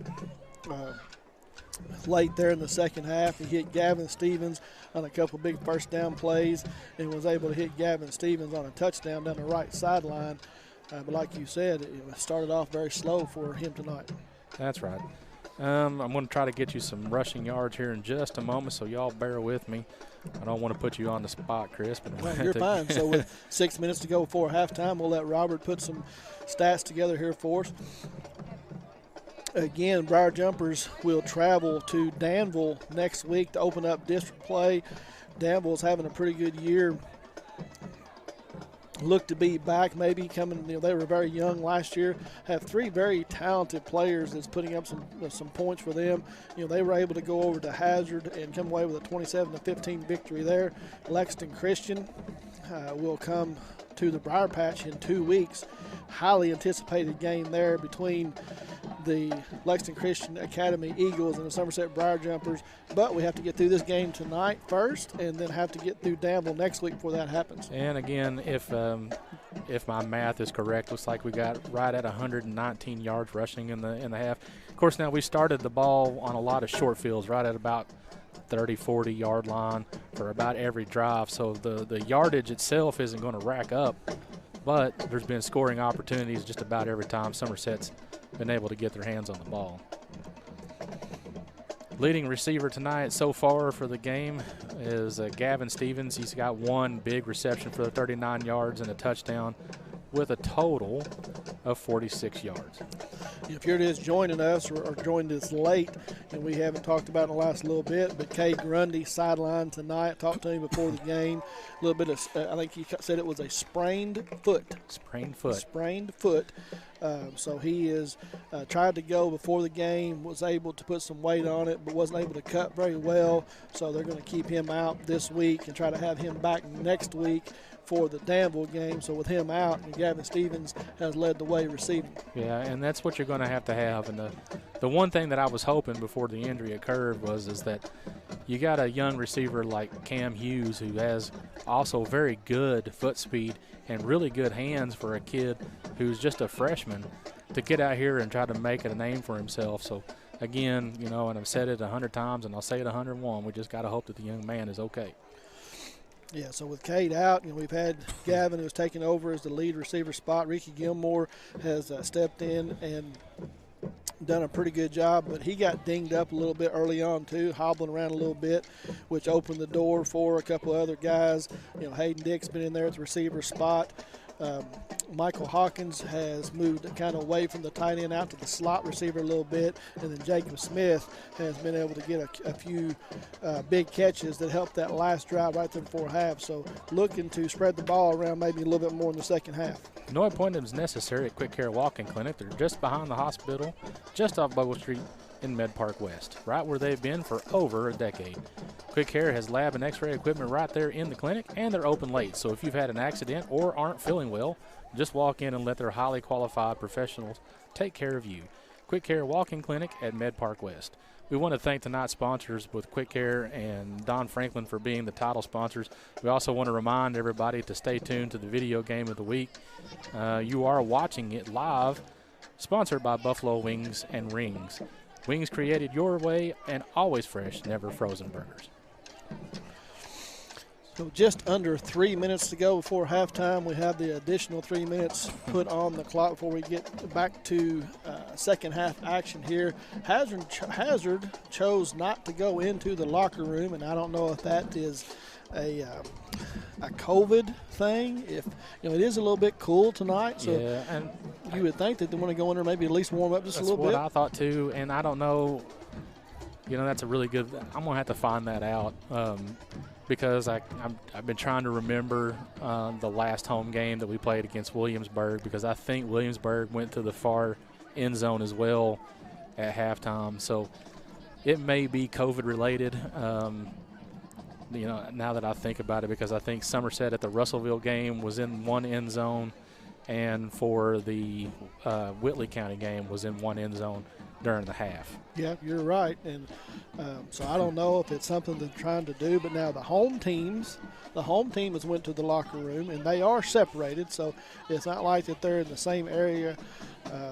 But anyway, they're sitting out here in the right end zone going over some halftime adjustments, and like you said, Robert, I'm sure that Somerset will have went in at halftime and made some adjustments and try to get this running game for Hazard under control.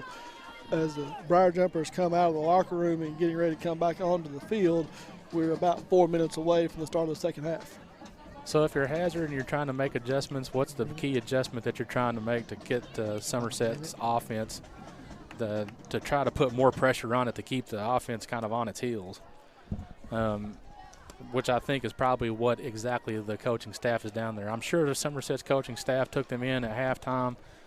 I don't want to say it was any kind of come-to-Jesus meeting, but I'm sure the defense was probably hearing it. And I'm sure if you were down there close to the end zone, you could probably hear it from the top of the hill. Yeah, I know, talking, and I'm sure you heard it if you were listening to the pregame coaches show with Coach Lucas. One thing that he has preached to me and he's preached to parents and fans and to his team is patience, but that's one thing that he said this week when I talked to him is that he's running low on patience right now. Well, and I'm sure he is, and a lot of it doing with the penalties. The one bright side is that as of right now, Somerset just has 3 penalties for 35 yards and a half, but 2 of those penalties are personal. Well, one was a block in the back, and one was a personal foul. And the personal foul injury, I think, is just something that's what you got to get in check. I think you can live with a block in the back because mistakes are going to be made, but the personal foul stuff's kind of stop. So with 3 minutes here, we'll put the additional stoppage time on. We're going to take a little break, bring you a couple commercials, and we'll be right back. The people of this great land are resilient and will get through this. And buying and selling is the real stimulus. Land and real estate are the premium investments, and they're not just making any more land. At Ford Brothers Auctioneers, we'll get you the most for your property with live, online, and multi-parcel auctions. Selling farms, homes, developments, and commercial properties for top dollar. Give us a call or online at FordBrothersInc.com. Since 1988, Toyota of Somerset has been serving and supporting our local communities. We want you to know that we are here for you and your family. Someone you can trust. Someone you can count on, now and for the better days to come. Trusted, loyal, dedicated, helpful, and consistent.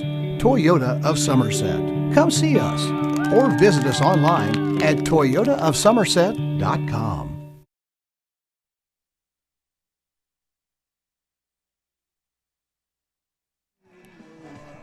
Welcome you back to William Clark Field here, home of the Briar Jumpers. We are just about 2 minutes away from kickoff from the second half. You're looking live here on the Quick Care Walk-In Clinic High School Football Video Game of the Week, brought to you by Buffalo Wings and Rings. Briar Jumpers lead 29-13, and we'll be kicking off to start the second half. Yeah, and I'm sure Somerset is going to get the ball. And the good thing is if you go down and you can hang some points, at that point I'm trying to do the math here, you're going to extend your lead from 16 to 23. Well, we have to kick off. I thought we got the ball back. Now they kicked off onside to us to begin the game, so we have to kick off to them in the second half. Well, no point made. Sorry, didn't mean to do that to you. That's all right. Sometimes people listening at home, they're going to be like, well, yeah, that guy's dumb, which is probably true. Normally we've been very successful this year on the, I call the Madden rule, where we do score at the end of the first half and get the ball back to begin the second half. But, Hazard kicked off to us to begin the game and recover the onside kick. And so we will have to kick off to them to start the second half. Yeah, now, one thing that I alluded to before the game, I saw a little bit more energy than I've seen in this team in the last little bit. Still walking off the field a little lethargic, but what I think they really need is just some kind of something to boost them. A couple weeks ago, before the game started, Mikey Garland came out and just absolutely laid the wood to a kid. You could tell that the excitement, the energy was up. Of course, Williamsburg comes down and scores, but then Somerset held them scoreless again until late in the game. So right now, I just think Somerset just needs something to put a little bit of life into them. It's, I've said this as an ex-player, as a coach, being around kids and this and that. When you come into a game that you're expected to win big, you're looking at the opening district game next week against one of your bitter rivals in the Danville Admirals, having to travel up there. This, coming off of a win last week, this is what I classify as a trap game, and it's hard to flip the switch. Right, and it is, and I'm sure you're probably trying to save your energy for a game next week against Danville. that being a rival. But you're also, I'm sure, on some level looking forward to the big game against LCA. But if you're Somerset, focus on this one. Get through this one, then focus on the next before you're even putting your eggs in a basket and coming out and doing anything else. I'm pointing down at the sidelines. Looks like, is that Drew Johnson on the sideline? Yep. Looks like he has his arm in a sling, got his shoulder pads and helmet off. Again, don't want to speculate on what that injury might be, but we lost Cam Hughes tonight to an injury. Kay Grundy out tonight with an injury, and now maybe that's why they didn't have a center on that last extra point attempt.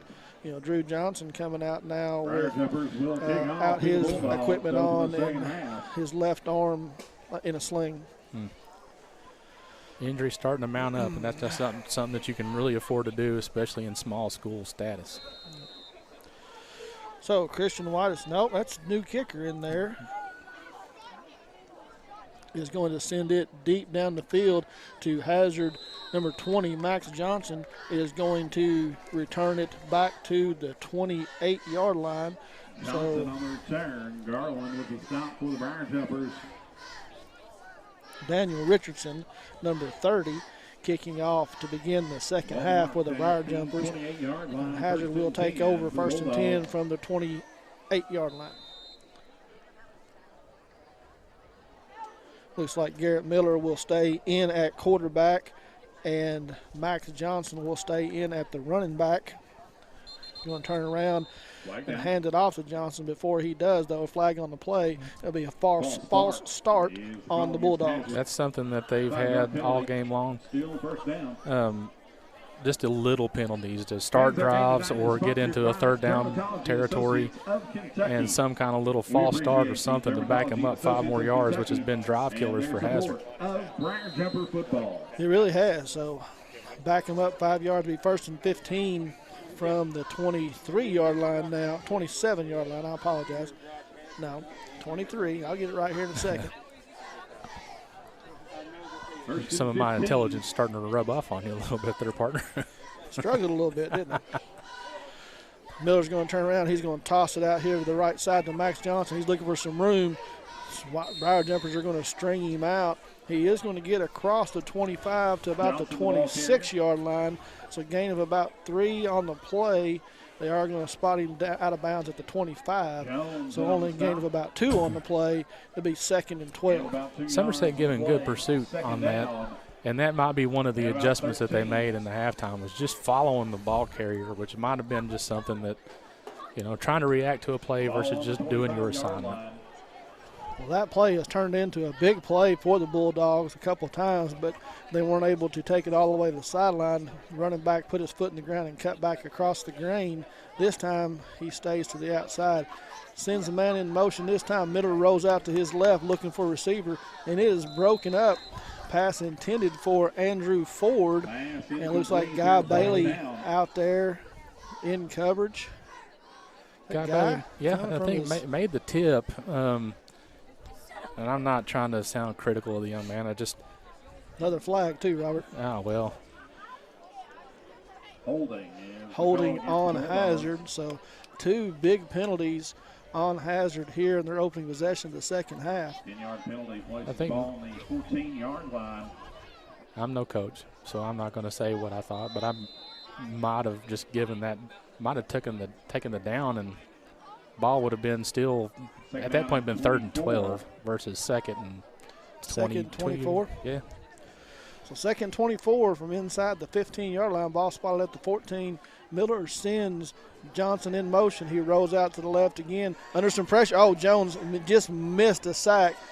Throws it up. Bailey in coverage, and he's going to go up. Receiver number 7, Andrew Ford, is just going to go up over Bailey and pick it out of the air. So a big gain on the play from the 14-yard line all the way across midfield down to the Briar Jumper 35. Which is what I was getting ready to make a point on. And Guy Bailey's got to make a play on the ball, which is what he was trying to do, but you also can't lose sight of the man trying to play the ball. So that's just a young man who's moved out to safety this season, who's been played linebacker for a lot of years. He's going to have to learn a new position. Well, Brandon Jones missed a dead-to-right sack, too. This time Miller turns around and hands it off to Max Johnson. He's hit right at the line of scrimmage. Mikey Garland, Jacob Smith, and Gerard Smith in there. And he's going to gain one across the 35 down to the 34. It will be 2nd and 9. So big plays from Hazard tonight, Robert, have given them life and give them an opportunity to kind of stay in this ball game. Even though they trail by 16 points, it doesn't seem like it's that big of a deficit. No, but they've had, I'm just counting here, 6 plays for over 30 yards. So it's the big plays for 30-plus that have just hurt this Somerset defense tonight.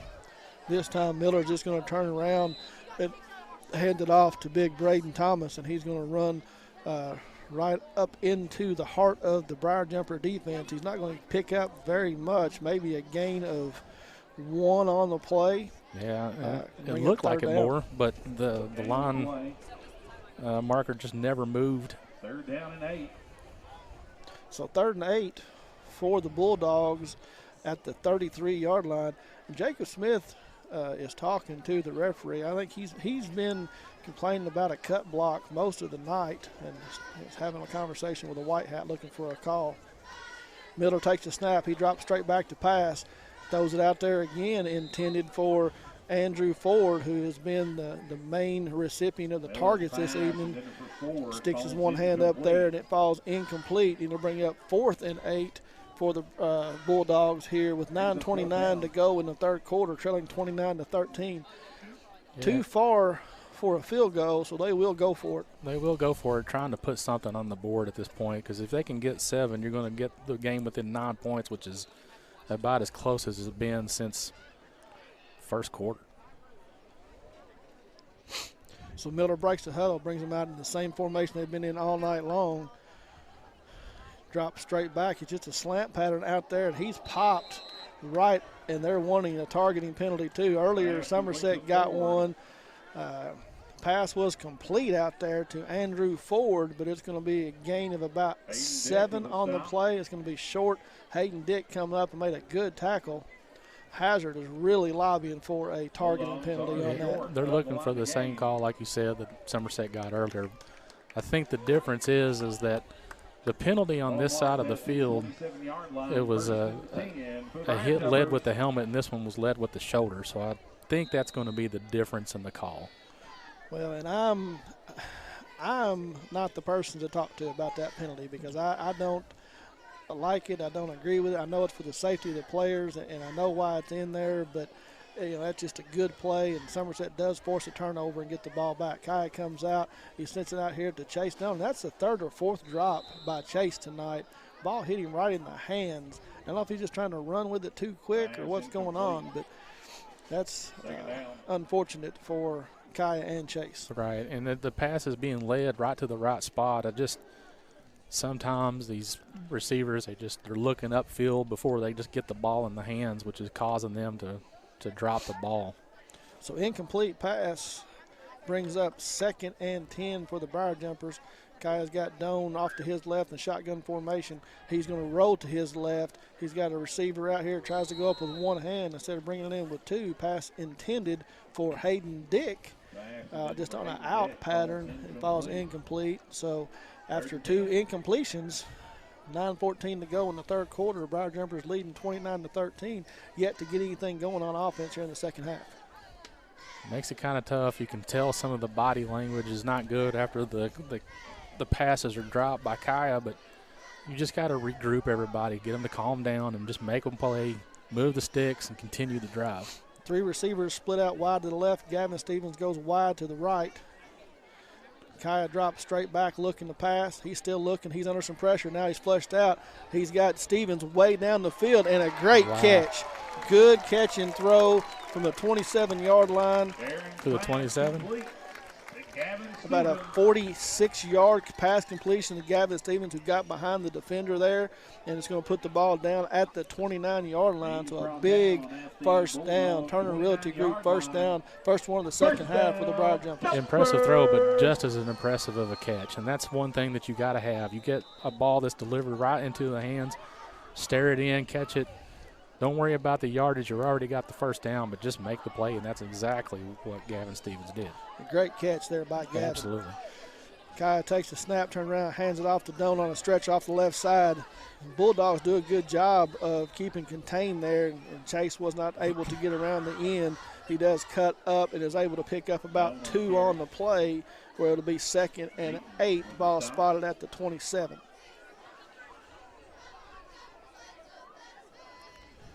So 8 minutes and 31 seconds to go here. The clock is running in the third quarter, and the Briar Jumpers lead 29-13, threatening to put more points on the board to extend their lead.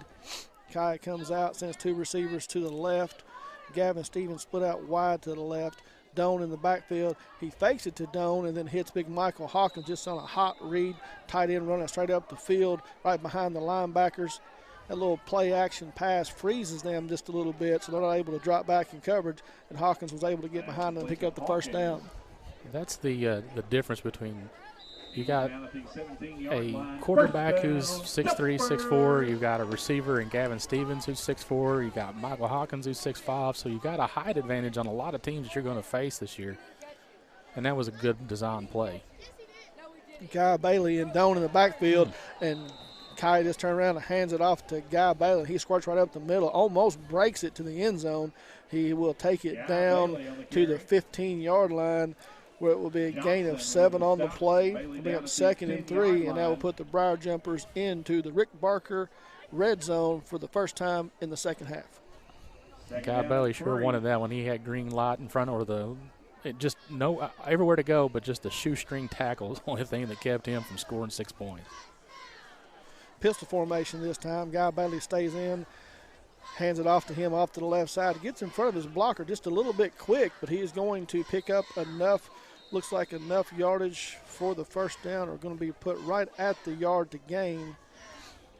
Still looking where they're going to spot it. A little trap play there. The pulling guard guy was just a little bit quick, got in front of his blockers, but was able to run hard up in there, and they are going to give them a first down at the 7-yard line, where it'll be 1st and goal. It's 3 games in a row that Chase Stone's going to approach the 100-yard mark and just making a lot of plays on just individual effort. Stretch play to Doan off the right side this time. Ooh. And Bulldogs do a good job. And there should be a flag. What was that? And there it comes. I was getting ready to say, good grief. Yeah. And there comes another flag. Wow. So Doan carried around the outside, was able to pick up a few yards. Big number 33 for Hazard turned around and threw a Somerset offender down to the ground. Flag comes in. I think you're going to get a flag on both sides here, because what I'm wondering is that there just wasn't a word exchange after the play was over. Well, Coach Howard is all the way out on the field. We've got an injured Bulldog. Is that what? I thought he was. Yeah, there is. I thought he was coming out to gripe at the referees, but there is an injured Bulldog down the field. So we'll take just a official timeout break here. 6 minutes and 46 seconds to go in the third quarter, and the Briar Jumpers threatening to score again, leading 29-13. Don't feel great, just can't wait. Well, Quick Care is open late. Just walk in their clinic in Med Park West, just off Bogle Street behind the hospital. Hours are 9 a.m. to 7 p.m. on weekdays and 10 to 3 on Saturday. No appointment is necessary for accidents, ailments, or chronic conditions, as well as health services like sports physicals, flu shots, and health screenings. They accept most major health insurance plans, and they can bill the insurance companies direct. Quick Care Walk-In Clinic at Med Park West. Lake Cumberland Sports also likes to thank the Somerset, a big thank you to Don Franklin Somerset Family Dealerships Kentucky for presenting tonight's coverage of high school football. Be sure to take advantage of the end of summer savings at any of their Somerset locations. Visit them on Facebook at Don Franklin Somerset Family Dealerships, where they treat you like family. So, unfortunately, Somerset has had a couple of injuries to some key players tonight, and some young men that have gotten hurt during the game. Hazard has had their leading rusher Tyson Turner has been injured and taken out of the game, and now their leading receiver Andrew Ford was the injured Bulldog. Had offsetting penalties, personal foul on Somerset and the Bulldogs, but so they'll replay second down. Kaya drops straight back, looking to pass. He's got time, still looking. He just throws it out there in the right flat to Mikey Garland, and he's going to go in untouched from 18 yards out. Kaya was able to sit around and survey the field, had plenty of time. Garland just leaked out of the backfield, was standing over in the right flat. Kaya hit him, and he goes in untouched. 6 minutes and 33 seconds to go on the Randall D. Turpin CPA scoreboard. Briar Jumpers now lead 35-13. Conveniently located off North Highway 27 between Big Lots and Backyard Burger, Magic Monograms is the place for custom embroidery, screen printing, and so much more. They can put your designs on medical and athletic uniforms, corporate and school apparel. Find them on Facebook. Search Magic Monograms and Embroidery. Drive for point is good. Daniel Richardson comes on to attempt a point after attempt for the Briar Jumpers, and he kicks it up and through. And so that does extend the lead to 36-13 for the Briar Jumpers as they get ready to kick off to Hazard. Brad Carroll and all the staff at CC's Furniture are proud supporters of the local football teams in our Lake Cumberland area. It is our hope at CC's Furniture that all the coaches and all the student athletes have successful and injury-free seasons. Come visit us at CC's Furniture. We will be glad to help you with all your home furnishing needs. Go Teams! With 6 minutes and 33 seconds left to go in the third quarter, Somerset with a lead. 36, or is that 36? I was going to say, like, why is it so blurry to me? 36-13. You forgot your glasses again, Mike, didn't you, partner? Yeah, every day. I'm going to have to just quit being so vain and just get the glasses and be done with it. Here's my problem. So I got a pair of glasses that are out in the car, and no, it gets worse. So I've left them out, and the sun has warped them. Yep. So when I put them on my head, it's pointless. So Daniel puts his foot to it. He kicks it down to about the 25-yard line. Max Johnson for the Bulldogs dancing around looking for somewhere to go. Makes one man miss, and then he is brought down there at the 30-yard line where the Bulldogs will take over 1st and 10 from the 30. Correction. Johnson on the return. Trying to figure out some of these players that are out here on the field because, again, said it 100 times, going to say it 101. It'd just be nice to be able to give these kids the credit they deserve for being out here playing. Go. So Bulldogs will come off the sideline. Garrett Miller will bring him to the line of scrimmage. Same formation they've been in all night long, just a pistol formation. He's going to turn around and hand it off to Johnson. He is hit in the backfield just as soon as he gets the ball. Brandon Jones is back there. Turns back up into the middle. He's going to get a short gain, maybe one on the play, bring up 2nd and 9. Johnson was able to steer the running back right into the middle of that defensive line. The defensive line there just ready to make a play and make a stop. Yeah, Brandon has come up from his outside linebacker spot tonight, put some pressure on the quarterback, made a couple of nice tackles, missed a sack on the last possession. This time Miller turned around and tosses it out to Johnson around the left side, looking for somewhere to go, and there's just nowhere to go. They're going to blow it dead. Great contain over there on the right side.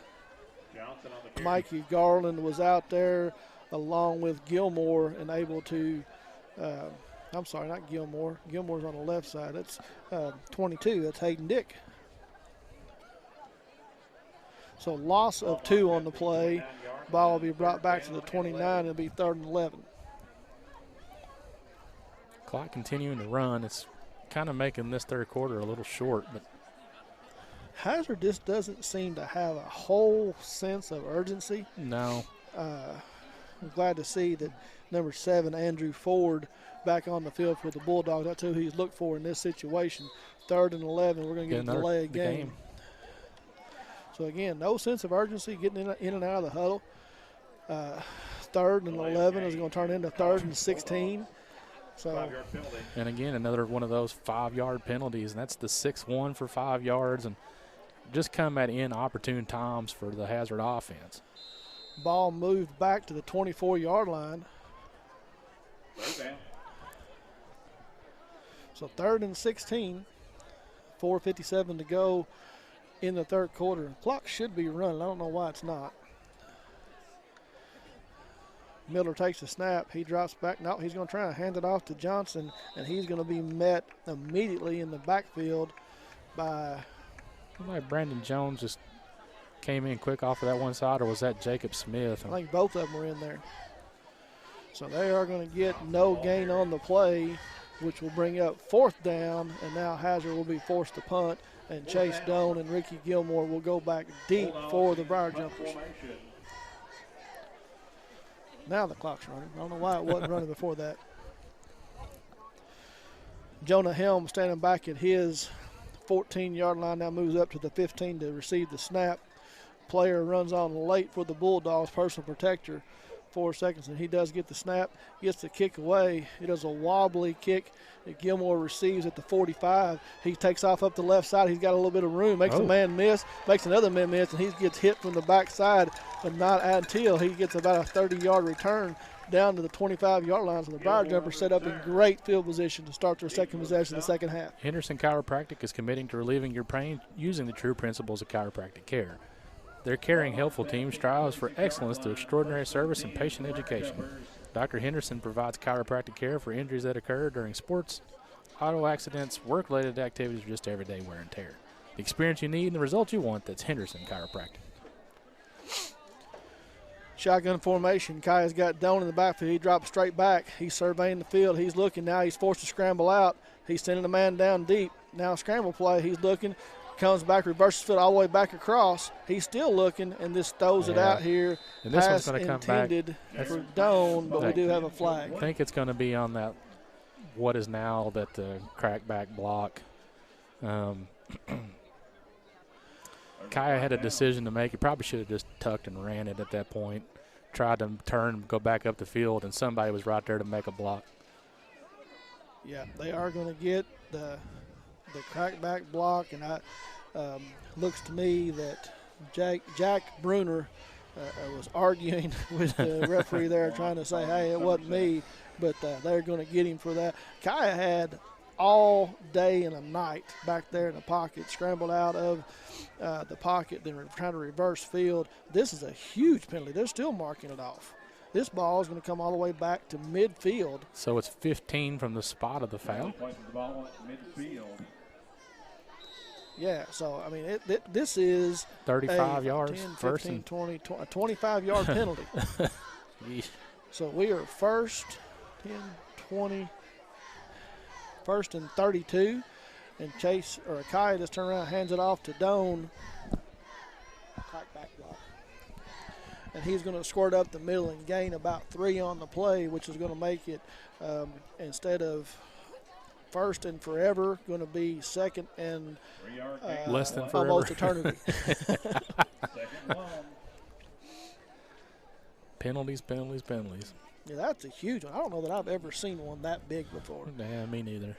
But, yeah, that brought the ball all the way back to midfield. So from the 47-yard line now, Kaya breaks him out. He drops straight back looking to pass, trying to set up a screen, but it's not there. He's going to have to run, or he's going to have a man downfield, and he's just going to toss it out of bounds. So a smart decision there by Kaya. The screen was set I think the screen was set and called, but I don't know if anybody turned to catch the ball or not. I think Hazard did a good job of reading it and not pursuing it, and they are going to get a legal downfield. They're going to call intentional grounding. What? I thought he was outside. Well, he's got to get past the line of scrimmage. So what do they call the line of scrimmage? I don't know, but they are going to get intentional grounding. So now we're going to bring it back. Now we are third in eternity, because that comes with the loss of down with the incomplete pass. So the ball now comes back to the 46-yard line, and it is going to be third and a long way. You just 20, senseless in trying to do the math of almost 30, 40 yards. 35. I want to call it 38. How many 51? How many plays you got? 36. Kaya looking for somebody who's going to swing it out there to Doan on a little swing pass at the right side. He's going to lower his head and run over a would-be tackler, but he is going to come up well short I don't. They might have to measure on this, but it's going to be just short. They might have to measure. Well, I mean, you're still 4th and 25. Yeah, one penalty, and that's all it takes is that one penalty. And it just destroys the momentum of the drive that you've got going for you. Yeah, what could have been, I mean, a great field position. The Briar Jumpers had the opportunity to put points on the board, 2 big penalties. Hawkins is going to go back to punt, and it's a great high kick. But before we get anything going here, we're going to have a flag, another penalty. False start on the Briar Jumpers. They're going to back them up 5 more yards. Why not? So the ball will now be placed at the 49-yard line. 4th and the next time zone for a first down. 4th in Russell County. 4th in Russell County. Well, Hawkins will get the opportunity now, and they're going to switch. They're going to send Daniel Richardson in to kick this time, standing at his 38-yard line, takes the snap. He's going to put his foot to it, and it is a end-over-end kick across field. It's going to hit about the 20 and roll down to the 10, inside the 10, and the Briar Jumpers will down it there. So not a bad kick for Richardson. And Hazard will now take over at the 9-yard line. Skip Cottrell's Tire Pros offers straightforward approach to tire and auto service that includes nationwide warranties and hassle-free experience. Did you know Skip Cottrell makes automotive services easy with their online appointment booking as well as special financing available? Let Skip Cottrell's Tire Pros get you back to when being on the move was carefree. Skip Cottrell's Tire Pros, hassle-free guaranteed. To find out more, visit us in-store at 4285 South Highway 27 in Somerset or online at skipstirepros.com. Couple of updates from in-town games or in-town schools. PC leads South Laurel 37-16 late in the 3rd, and Southwestern leads North Laurel 14-12, 7:55 to go in the 4th quarter. And here in Somerset, where they lead 36-13 with 1:45 to go in the 3rd quarter, just got Garrett Miller on a sack. Brings him back to the 5-yard line where it'll be 2nd and about 14. Somerset making a much better stand on defense in this second half, especially when keying in to stop the run.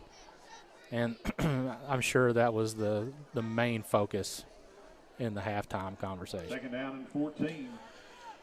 So Miller will bring the Bulldogs to the line of scrimmage this time. Going to get another delay getting out. They're going to let it go. Clock was down at 0. You're going to try to hand it off to Max Johnson along the left side.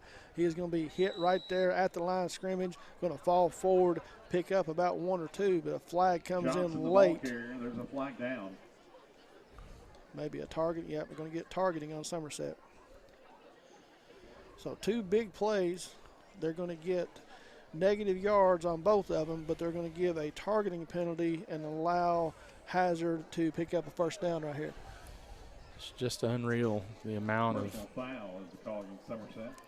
Personal fouls and penalties that are just continuously racking up in this game, and just all year so far.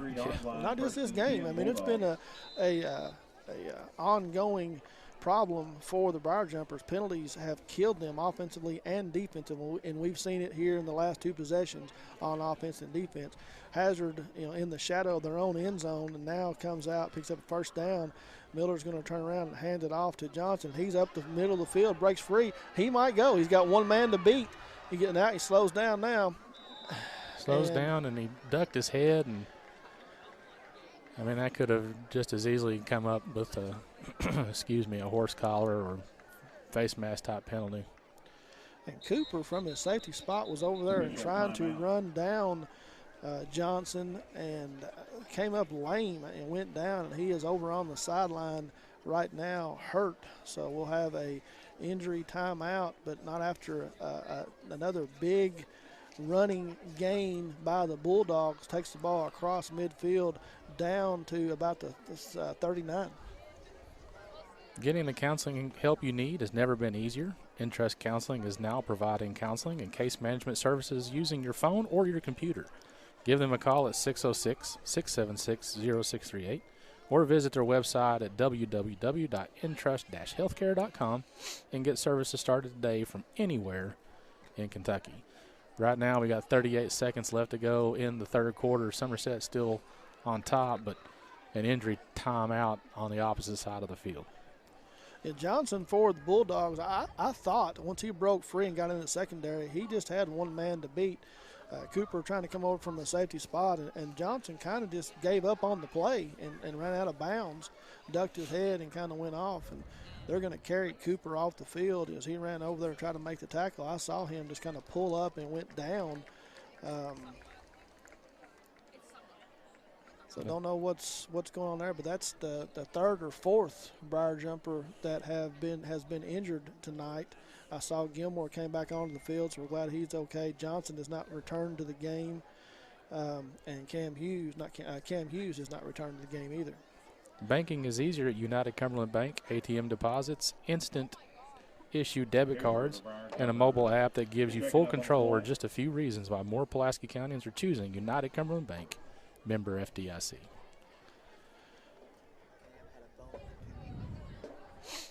So 1st and 10 for the Bulldogs at the 40-yard line as we get ready to return to play here after the big game.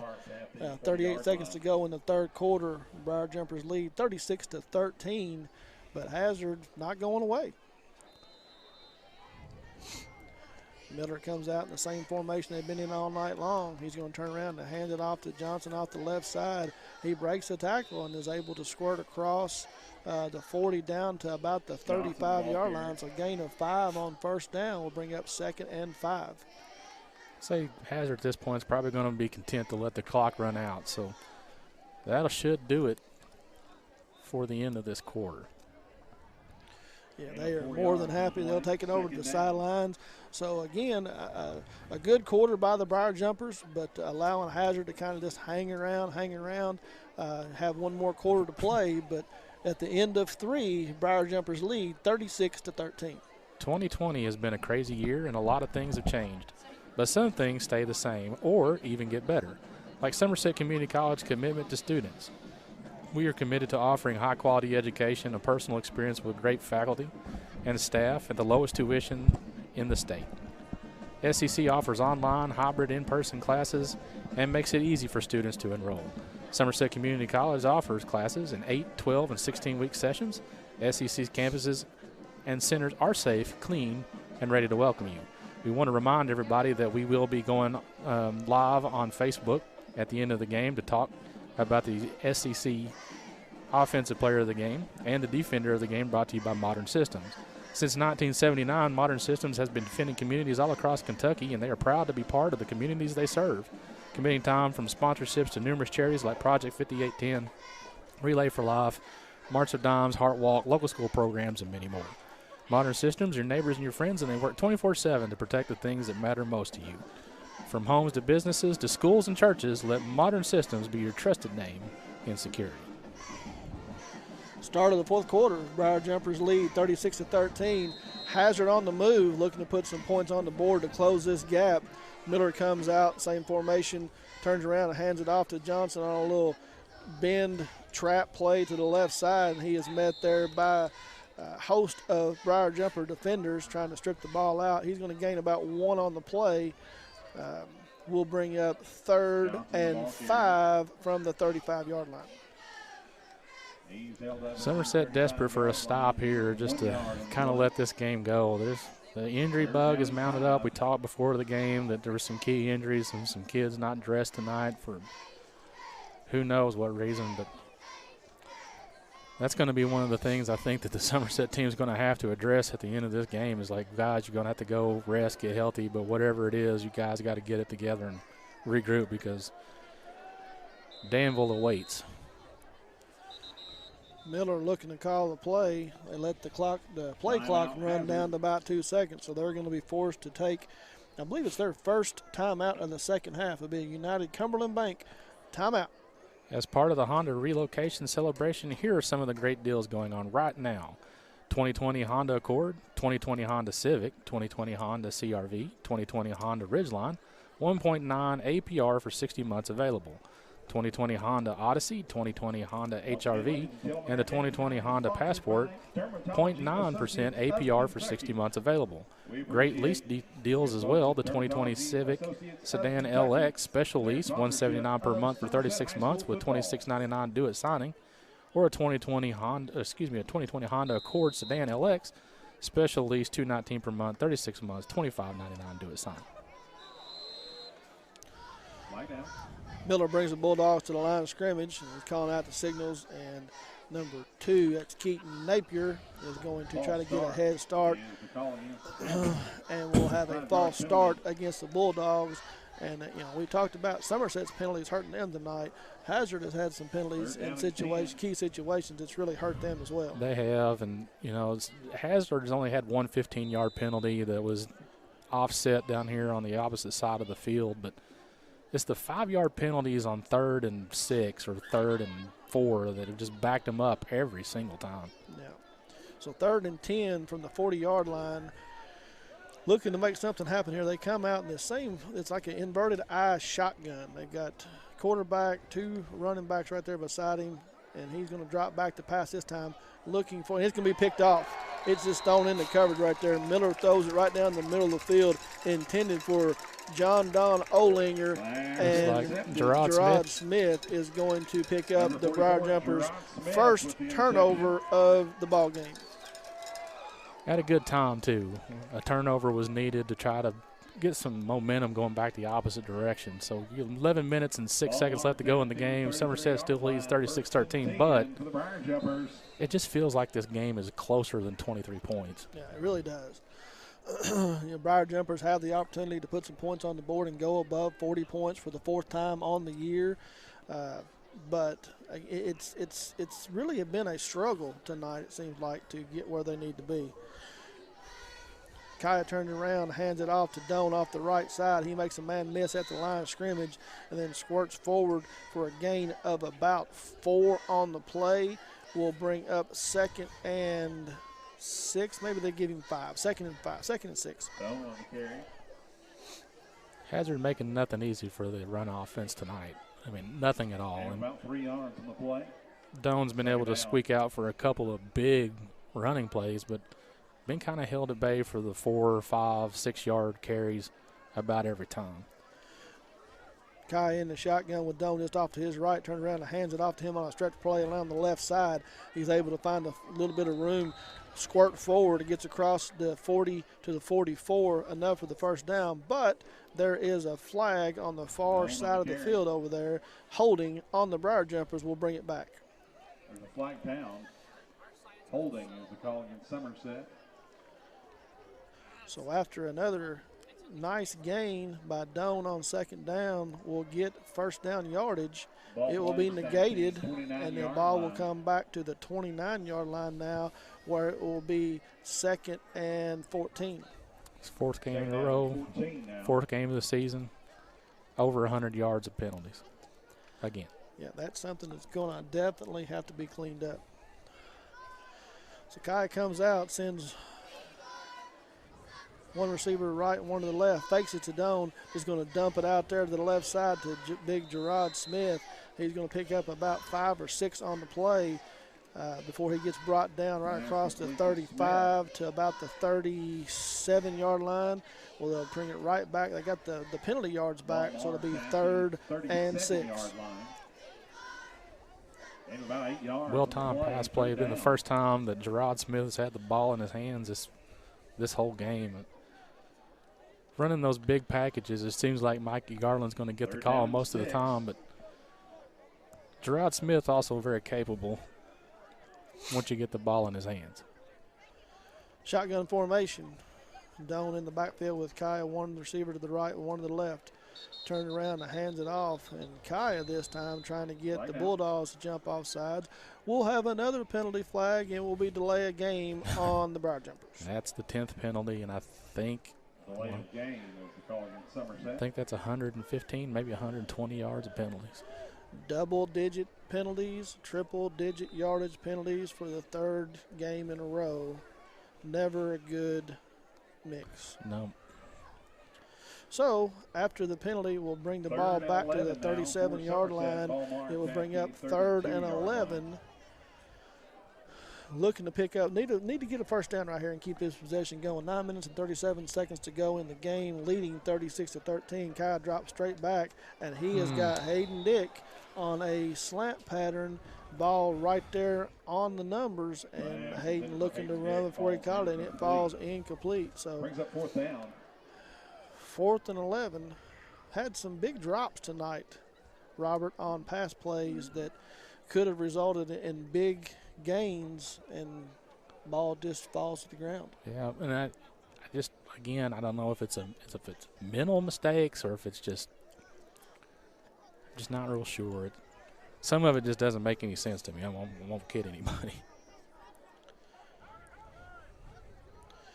The Briar Jumpers are going to get another delay game or take a timeout, and they're going to get the snap off, but it's a squirter, and it gets behind Richardson. He's going to get it off. Wow. Luckily, here comes the flag. They're going to get a running into the kicker, and it was how in the world he got that kick off? So the ball squirts under his legs, goes all the way back to the 5-yard line. He's able to corral it and get it off. They're going to get Hazard for running into the kicker. It's only going to be a 5-yard penalty, so it will not be enough for the first down. But the good thing about this is the ball was down at the 43-yard line. So now what gets to happen is they get the 5-yard penalty, and they get to attempt this kick again and should kick the ball down a lot farther. Got a little confusion going on out here. They're getting ready to mark it backwards, but they need to go the opposite direction. So after the 5-yard penalty, it will place the ball at the 36-yard line. It will be 4th and 7. But again, Somerset was in a hurry to get that snap off, and it was a bad snap. Daniel sitting at his own 26, a better snap this time. He gets a kick off, but it is a shank end-over-end kick. It's still going to result better than the last play, but the ball's going to roll dead at Hazard's 46-yard line. So they'll take over 1st and 10 there with 9:10 to go in the game. Briar Jumpers lead 36-13. We want to remind everybody to stay tuned to tonight's coverage. At the end of the ball game, Chris and I will do a Facebook Live video sponsored by Alton Blakely, and we will be awarding the offensive and defensive players of the game.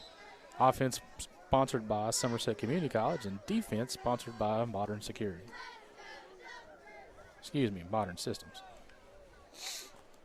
So 1st and 10 for Hazard. They come out in the shotgun inverted I formation that they've been in all night long. One receiver to the right, one to the left.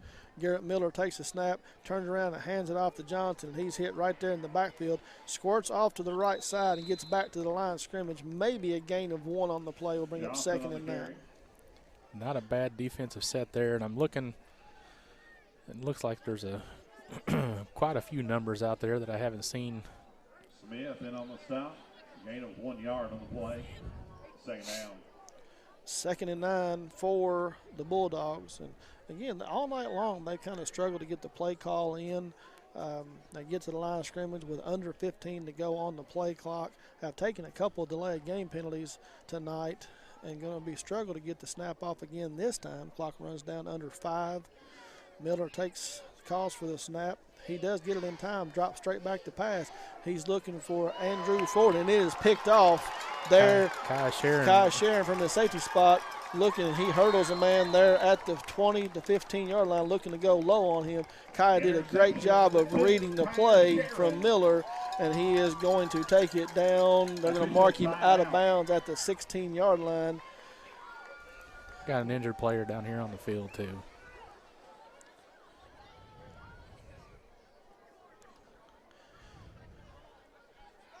They are going to get that young man up and get him over the sidelines. Glad to see him get up so quick, but he is looking for a little bit of help. So, you talk about Somerset's depth and having some injured players. Hazard, you talked about it earlier, comes in with only about 31 or 32 players on their roster, and they've had several players get banged up tonight. It's going to be tough for that team moving forward. Ball marked at the Bulldog 16-yard line. 1st and 10 for the Briar Jumpers. I know it's not the kind of season that Hazard's normally used to. They've had a lot of success over the years, and kind of a little bit of a down year so far this year. And like I say, hopefully the injuries that are mounting up for them over there are just nothing serious. A little bit of rest gets them back on the field. Garland and Doan in the backfield. Kai turns around, hands it off to Doan. He bounces around the left side. He's going to skirt in from 16 yards out and pick up the touchdown for the Briar Jumper. So good run there by Doan, and it is going to extend the Briar Jumper lead with 8 minutes and 5 seconds to go in the ball game, 42-13. A big thank you to Don Franklin Somerset Family of Dealerships for presenting tonight's coverage of high school football. Be sure to take advantage of the end of summer savings at any of their Somerset locations. Visit them on Facebook at Don Franklin Somerset Family of Dealerships, where they treat you like family. So Madison Rubel will be the third kicker tonight to come on for the Briar Jumper. She is going to attempt the extra point. Snap is back and down, and Rubel's kick is up and will be just wide left.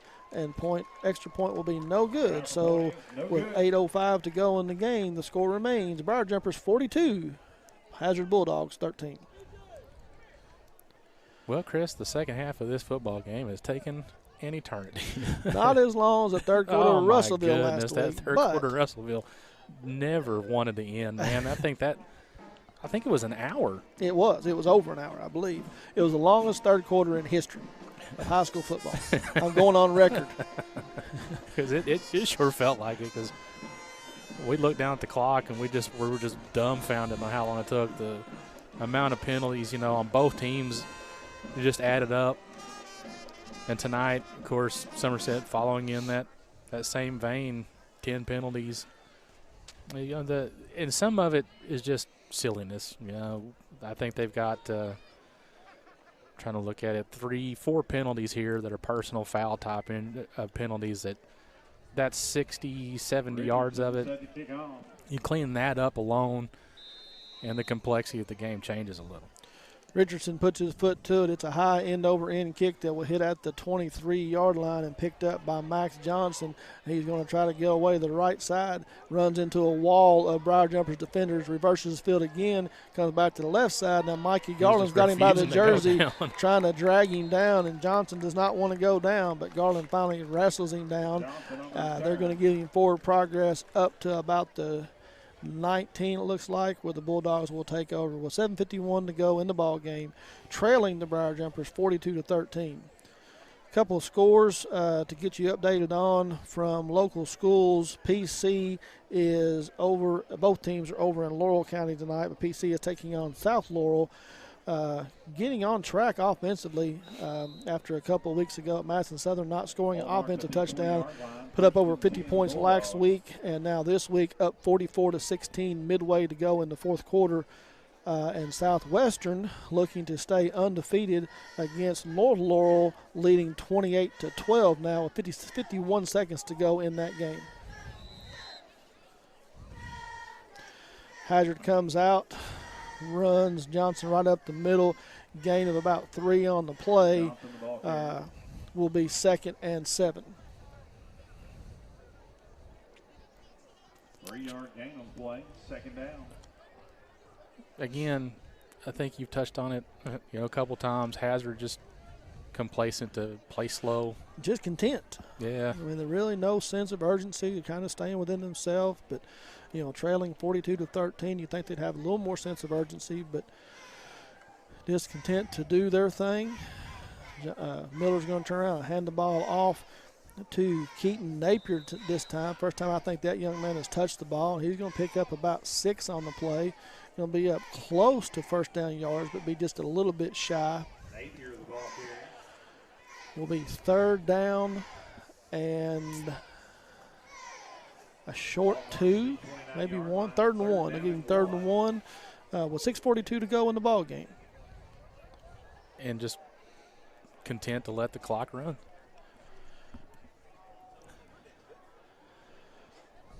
I don't know if they're just complacent, figuring, well, let's just run our offense at this point. So Miller breaks the huddle, Comes the line of scrimmage, turn around. He's going to fake it. I don't know what happened there.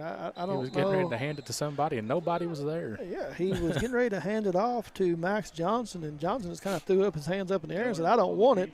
And Miller turned around and said, okay. And he dives back up the middle. He picks up about 2 on the play. We get the ball across the 30-yard line, about the 31, and they do pick up the first down, Robert. Busted play for positive yardage. You don't see that very often, much less to result in a first down. It was.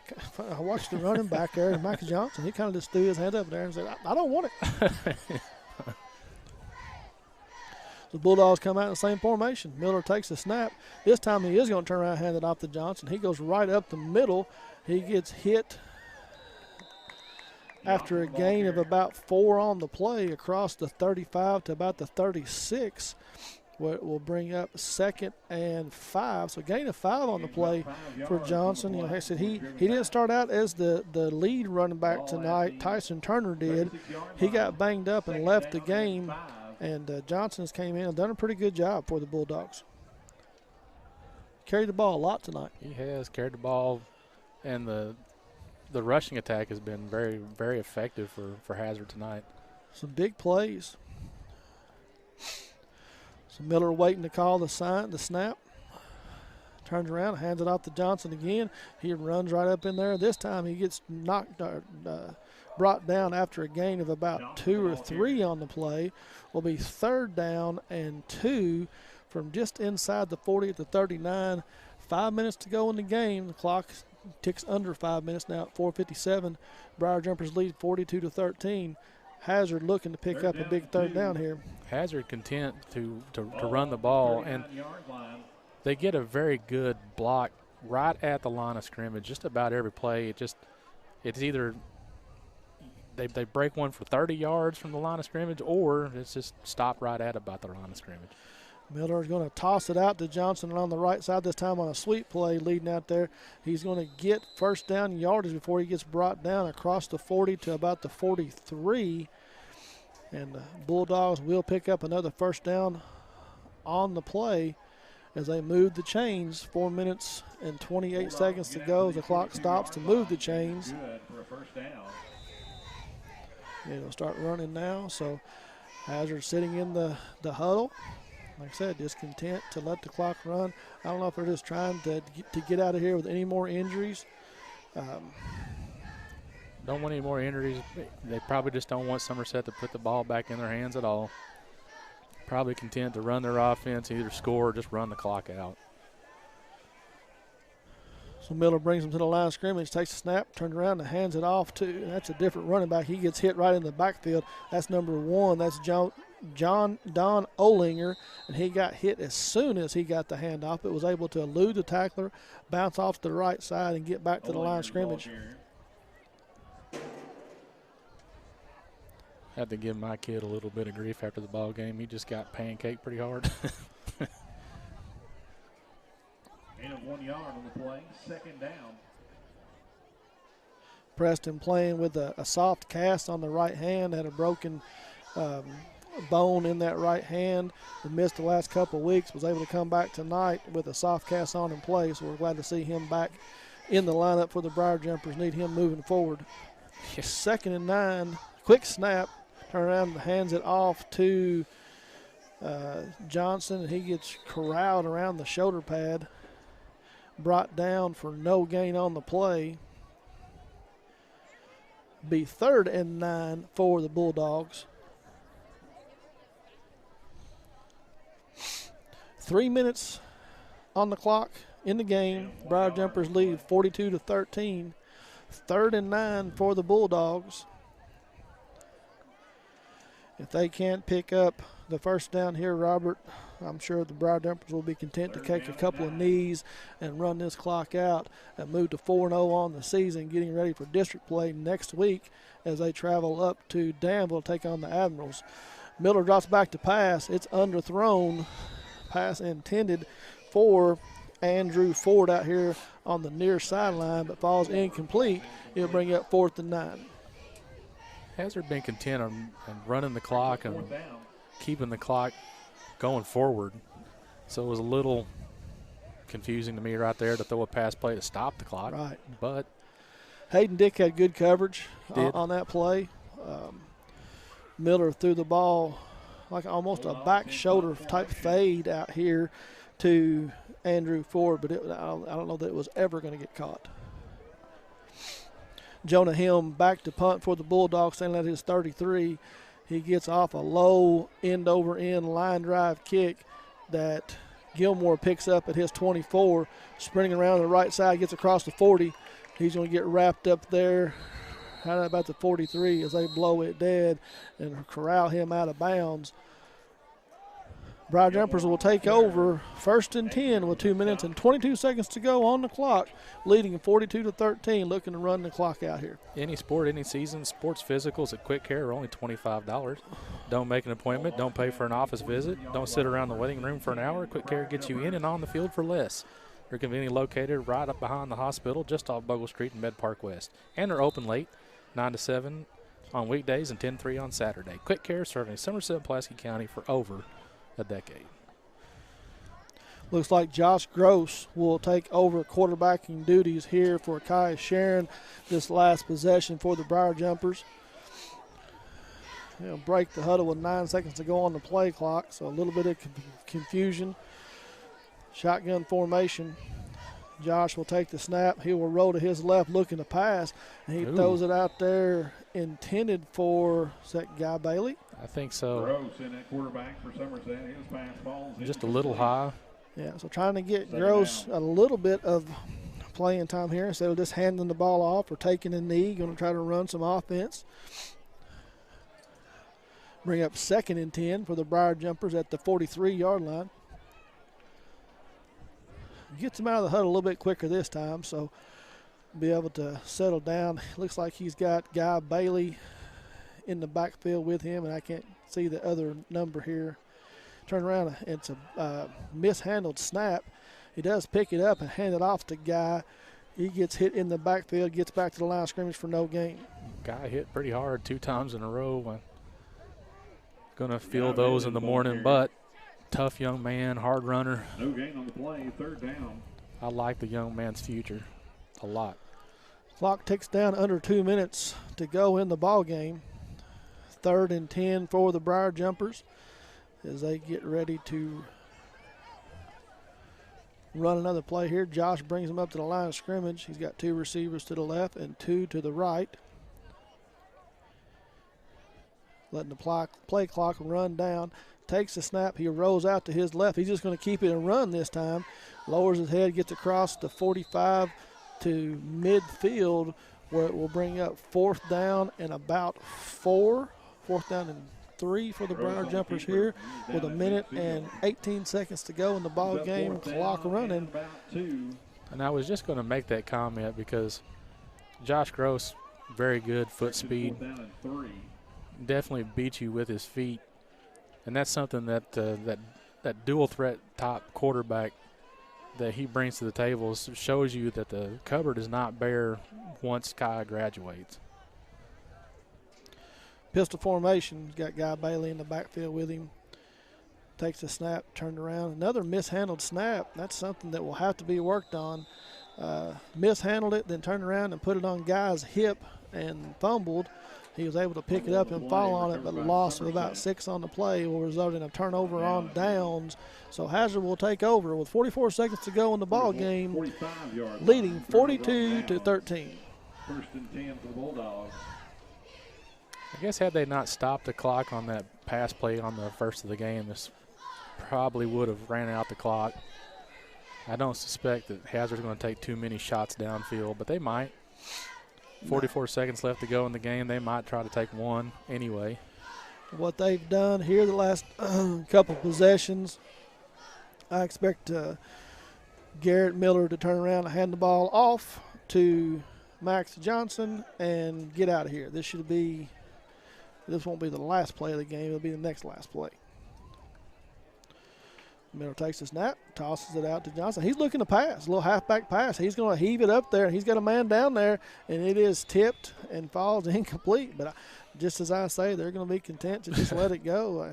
Johnson comes out there and then looking for a a halfback pass and give the Briar Jumpers secondary credit. They weren't duped into that. Yeah, I mean, you had 44 seconds, down to 36 now. Game's not really reachable for Hazard. Hazard still got plenty of season to play. They're going to try to find every play in the book that they've got that they can use into the future. Garrett Miller takes a snap, and this time he does turn around and hand it off to big Braden Thomas, and he runs across the 45 down to about the 44, gain of a short gain of about 2 on the play. That should be the last play of the game, Robert. I think so. There's no hurry, like you say. The sense of urgency is not there to even get back to the line of scrimmage, so I think that they're just going to let the clock run out and call it a night. So Hazard will go home tonight after the defeat, start off 0-4 on the season, and I'd have to do a little bit of research, but I'd say it's been a long time that the Hazard Bulldogs have started their season off 0-4. On the flip side of it, the Briar Jumpers start off for the second time 4-0 on the season, and will look to go into district play next week against the Danville Admirals up at Danville. The Briar Jumpers will come away with a 42-13 victory here at the Briar Patch, and we'll be with you here in just a few moments. We'll go Facebook Live, and we will have the Modern Systems Defender Player of the Game and the Offensive Player of the Game.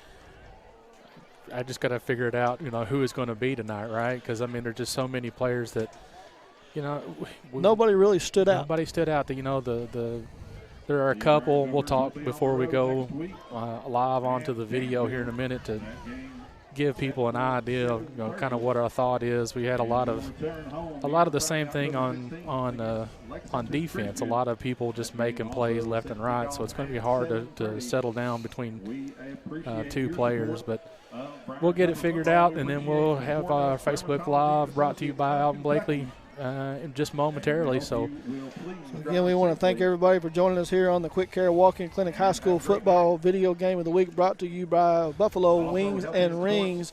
For Jeremiah Jones, I'm Chris Staten and Robert Reed, and we will talk to you guys next week from Danville where the Briar Jumpers travel up or take on the Admirals. Thanks again. Everybody be safe. Good night, everyone. Good night. Healthy at sports guidelines require.